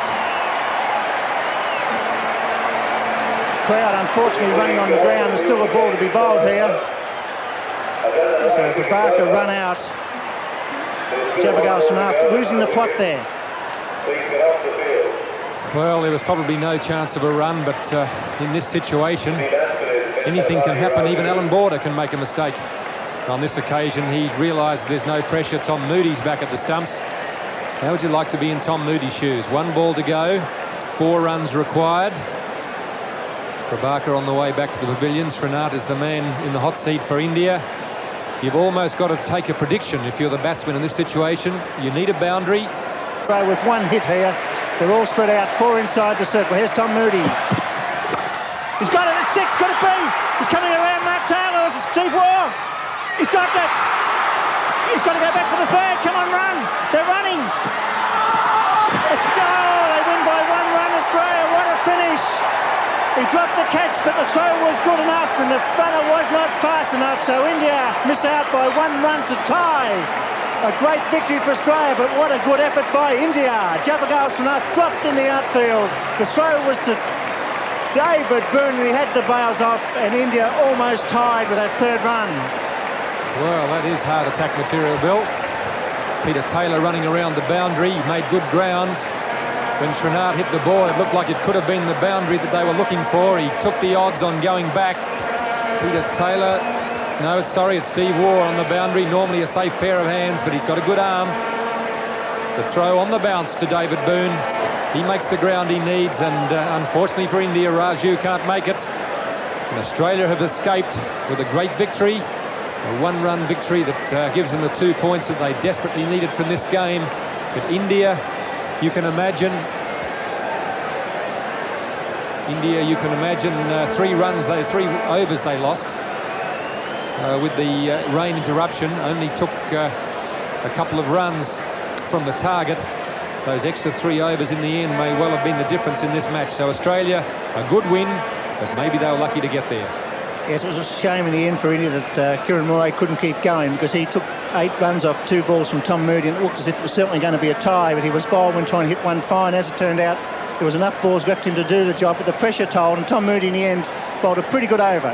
But that drop catch by Stephen Waugh almost could have bounced into the fence. It bounced straight ahead. He picked it up. The throw was good. Back into Boon, who calmly took the bail off. The batsman was a metre short, so Australia win by 1 run. What a sensational finish here at the Gabba. We'll be back shortly with Richie Benaud. Well, what a finish there, and I think both of us were sure that was going out for even a 6 or a 4, but wasn't to be. Yes, and I think too, we must also take into account the fact that after the rain, the outfield has slowed down considerably. So a lot of balls which would have normally gone for boundaries did not go for boundaries because the outfield had become wet, and after the ball landed, the ball tended to stop. So I think that was to India's disadvantage as well. So I think they made a great effort. Well, if anybody was on the edge of their seat, and I'm sure all our viewers in India were, but Sunil Gavaskar was willing on all the way, but it wasn't to be. I think we can have a look at that last run now. And it really was close, wasn't it? And the man who'd had such a bad day up until then could have saved India's day. That's right. I'll never understand, though, why he was sent in ahead of Manoj Prabhakar. But there, Steve Waugh dropping that and then keeping his nerve and throwing it. Because even if this run had been completed, it would have been a tie.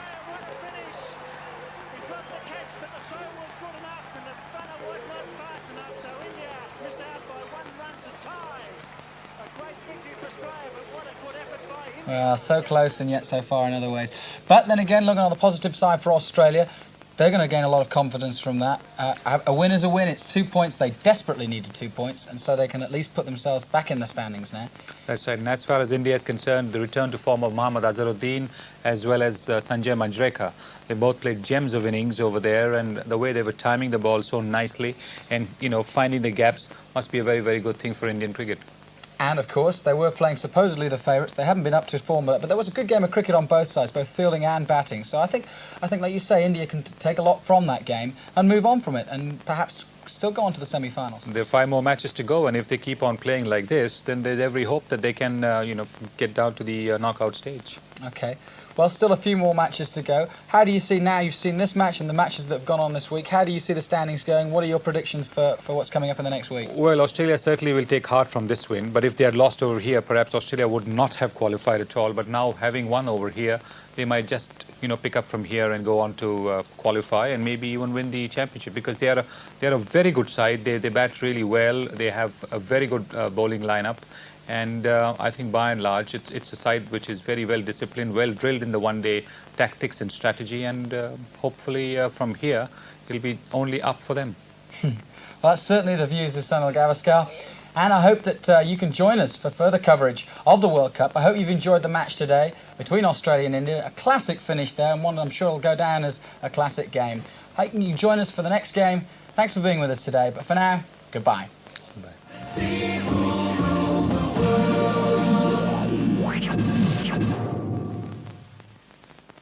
The World Cup Cricket Series 1992